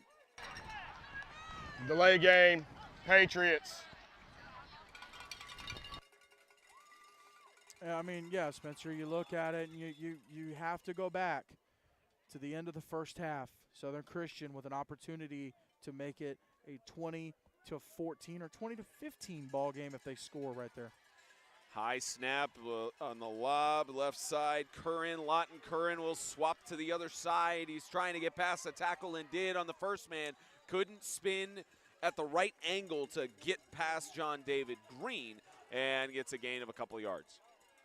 And got to keep an eye on field conditions here. Obviously, starting to get a little cooler. The dew on the ground, making the ground a little slippery. That's something Pack and Freedom are going to have to keep an eye on. But we're getting dew on our electronics up here too. Yeah, a little bit. Not as bad as the rain we had the first game on Thursday, but yeah, I mean, Southern Christian scores right there before the half. You got to wonder how that changes the momentum of the game, the vibe of the game, as the kids say. You got to wonder. This will be pitched forward to Jagger Scott, trying to get a couple of yards, and he does, and a 4th down and 5 coming up here. And you can tell these seniors are leaving it all on the field here, especially knowing that with 3.5 minutes and winding down left in the game, that this is the last time with their brothers on the field and trying to show out in their final game. I'd like to do a check real quick of the Southern Christian seniors. They have 6. I'm hoping all 6 are on the field right now, because that's always something special. And for River Oaks, they're seniors as well, even while they're on defense. Something special that I've seen several teams do over the years, even recently. Last high school game for some of these young men, put them on the field together. Oh, you've got some trickery on the reverse pass to the left side that goes over to Bailey. And it looked like it was just going to be a rush for Jagger Scott, and it's a gain of a couple yards there, and they put the down marker down. I think he got the first down, and it looks like he did. And they will move the chains, but nice play call at the end. Halfback pass back to Bailey, one of your better athletes on the team. Why not empty out the playbook? You got nothing to lose. Last game of the year, and they have River Oaks has subbed in. Well, number 73 is coming off. Number 78 is coming in. Number 78, yep, one of their seniors. Again, not sure on 73, but he's probably Karsten Clinton, at least in terms of the other higher numbers on the roster. Deep toss right side. In coverage, it's an interception, and it's Murphy. Murphy, the senior, trying to head back and won't be brought down by the jersey as he's trying to go a good distance, and he does to the 44-yard line. The senior with an interception to help end his high school career. You know, if I'm Case and Clinton, I'm looking at this going, hey, Coach, you put me in the game and you picked the ball off. I mean, is it a coincidence? I don't know. But, and there's the fireworks There's the again, firework at the same time. And likely you'll just have one more snap or two here to end this They're making sure, I think they're making sure all the seniors are on the field. Let's see, 44. Play clock isn't running either. No, 44 is not a senior, so they're not going to do that.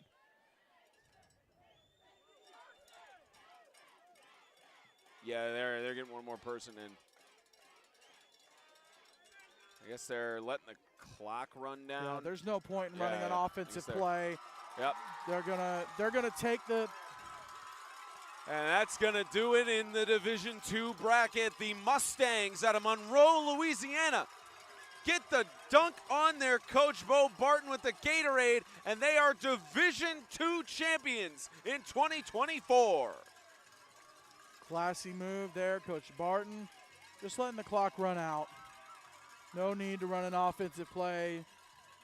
Southern Christian has no offensive plays to run. Or Southern Christian, the drive's over. No point in running a play. And handshake line, one of the best traditions in sports. And congratulations to the River Oaks School Mustangs. Monroe, Louisiana, you got something to be proud of, and it ain't Duck Dynasty. You got something more recent than Duck Dynasty to be proud of, because it definitely ain't ULM.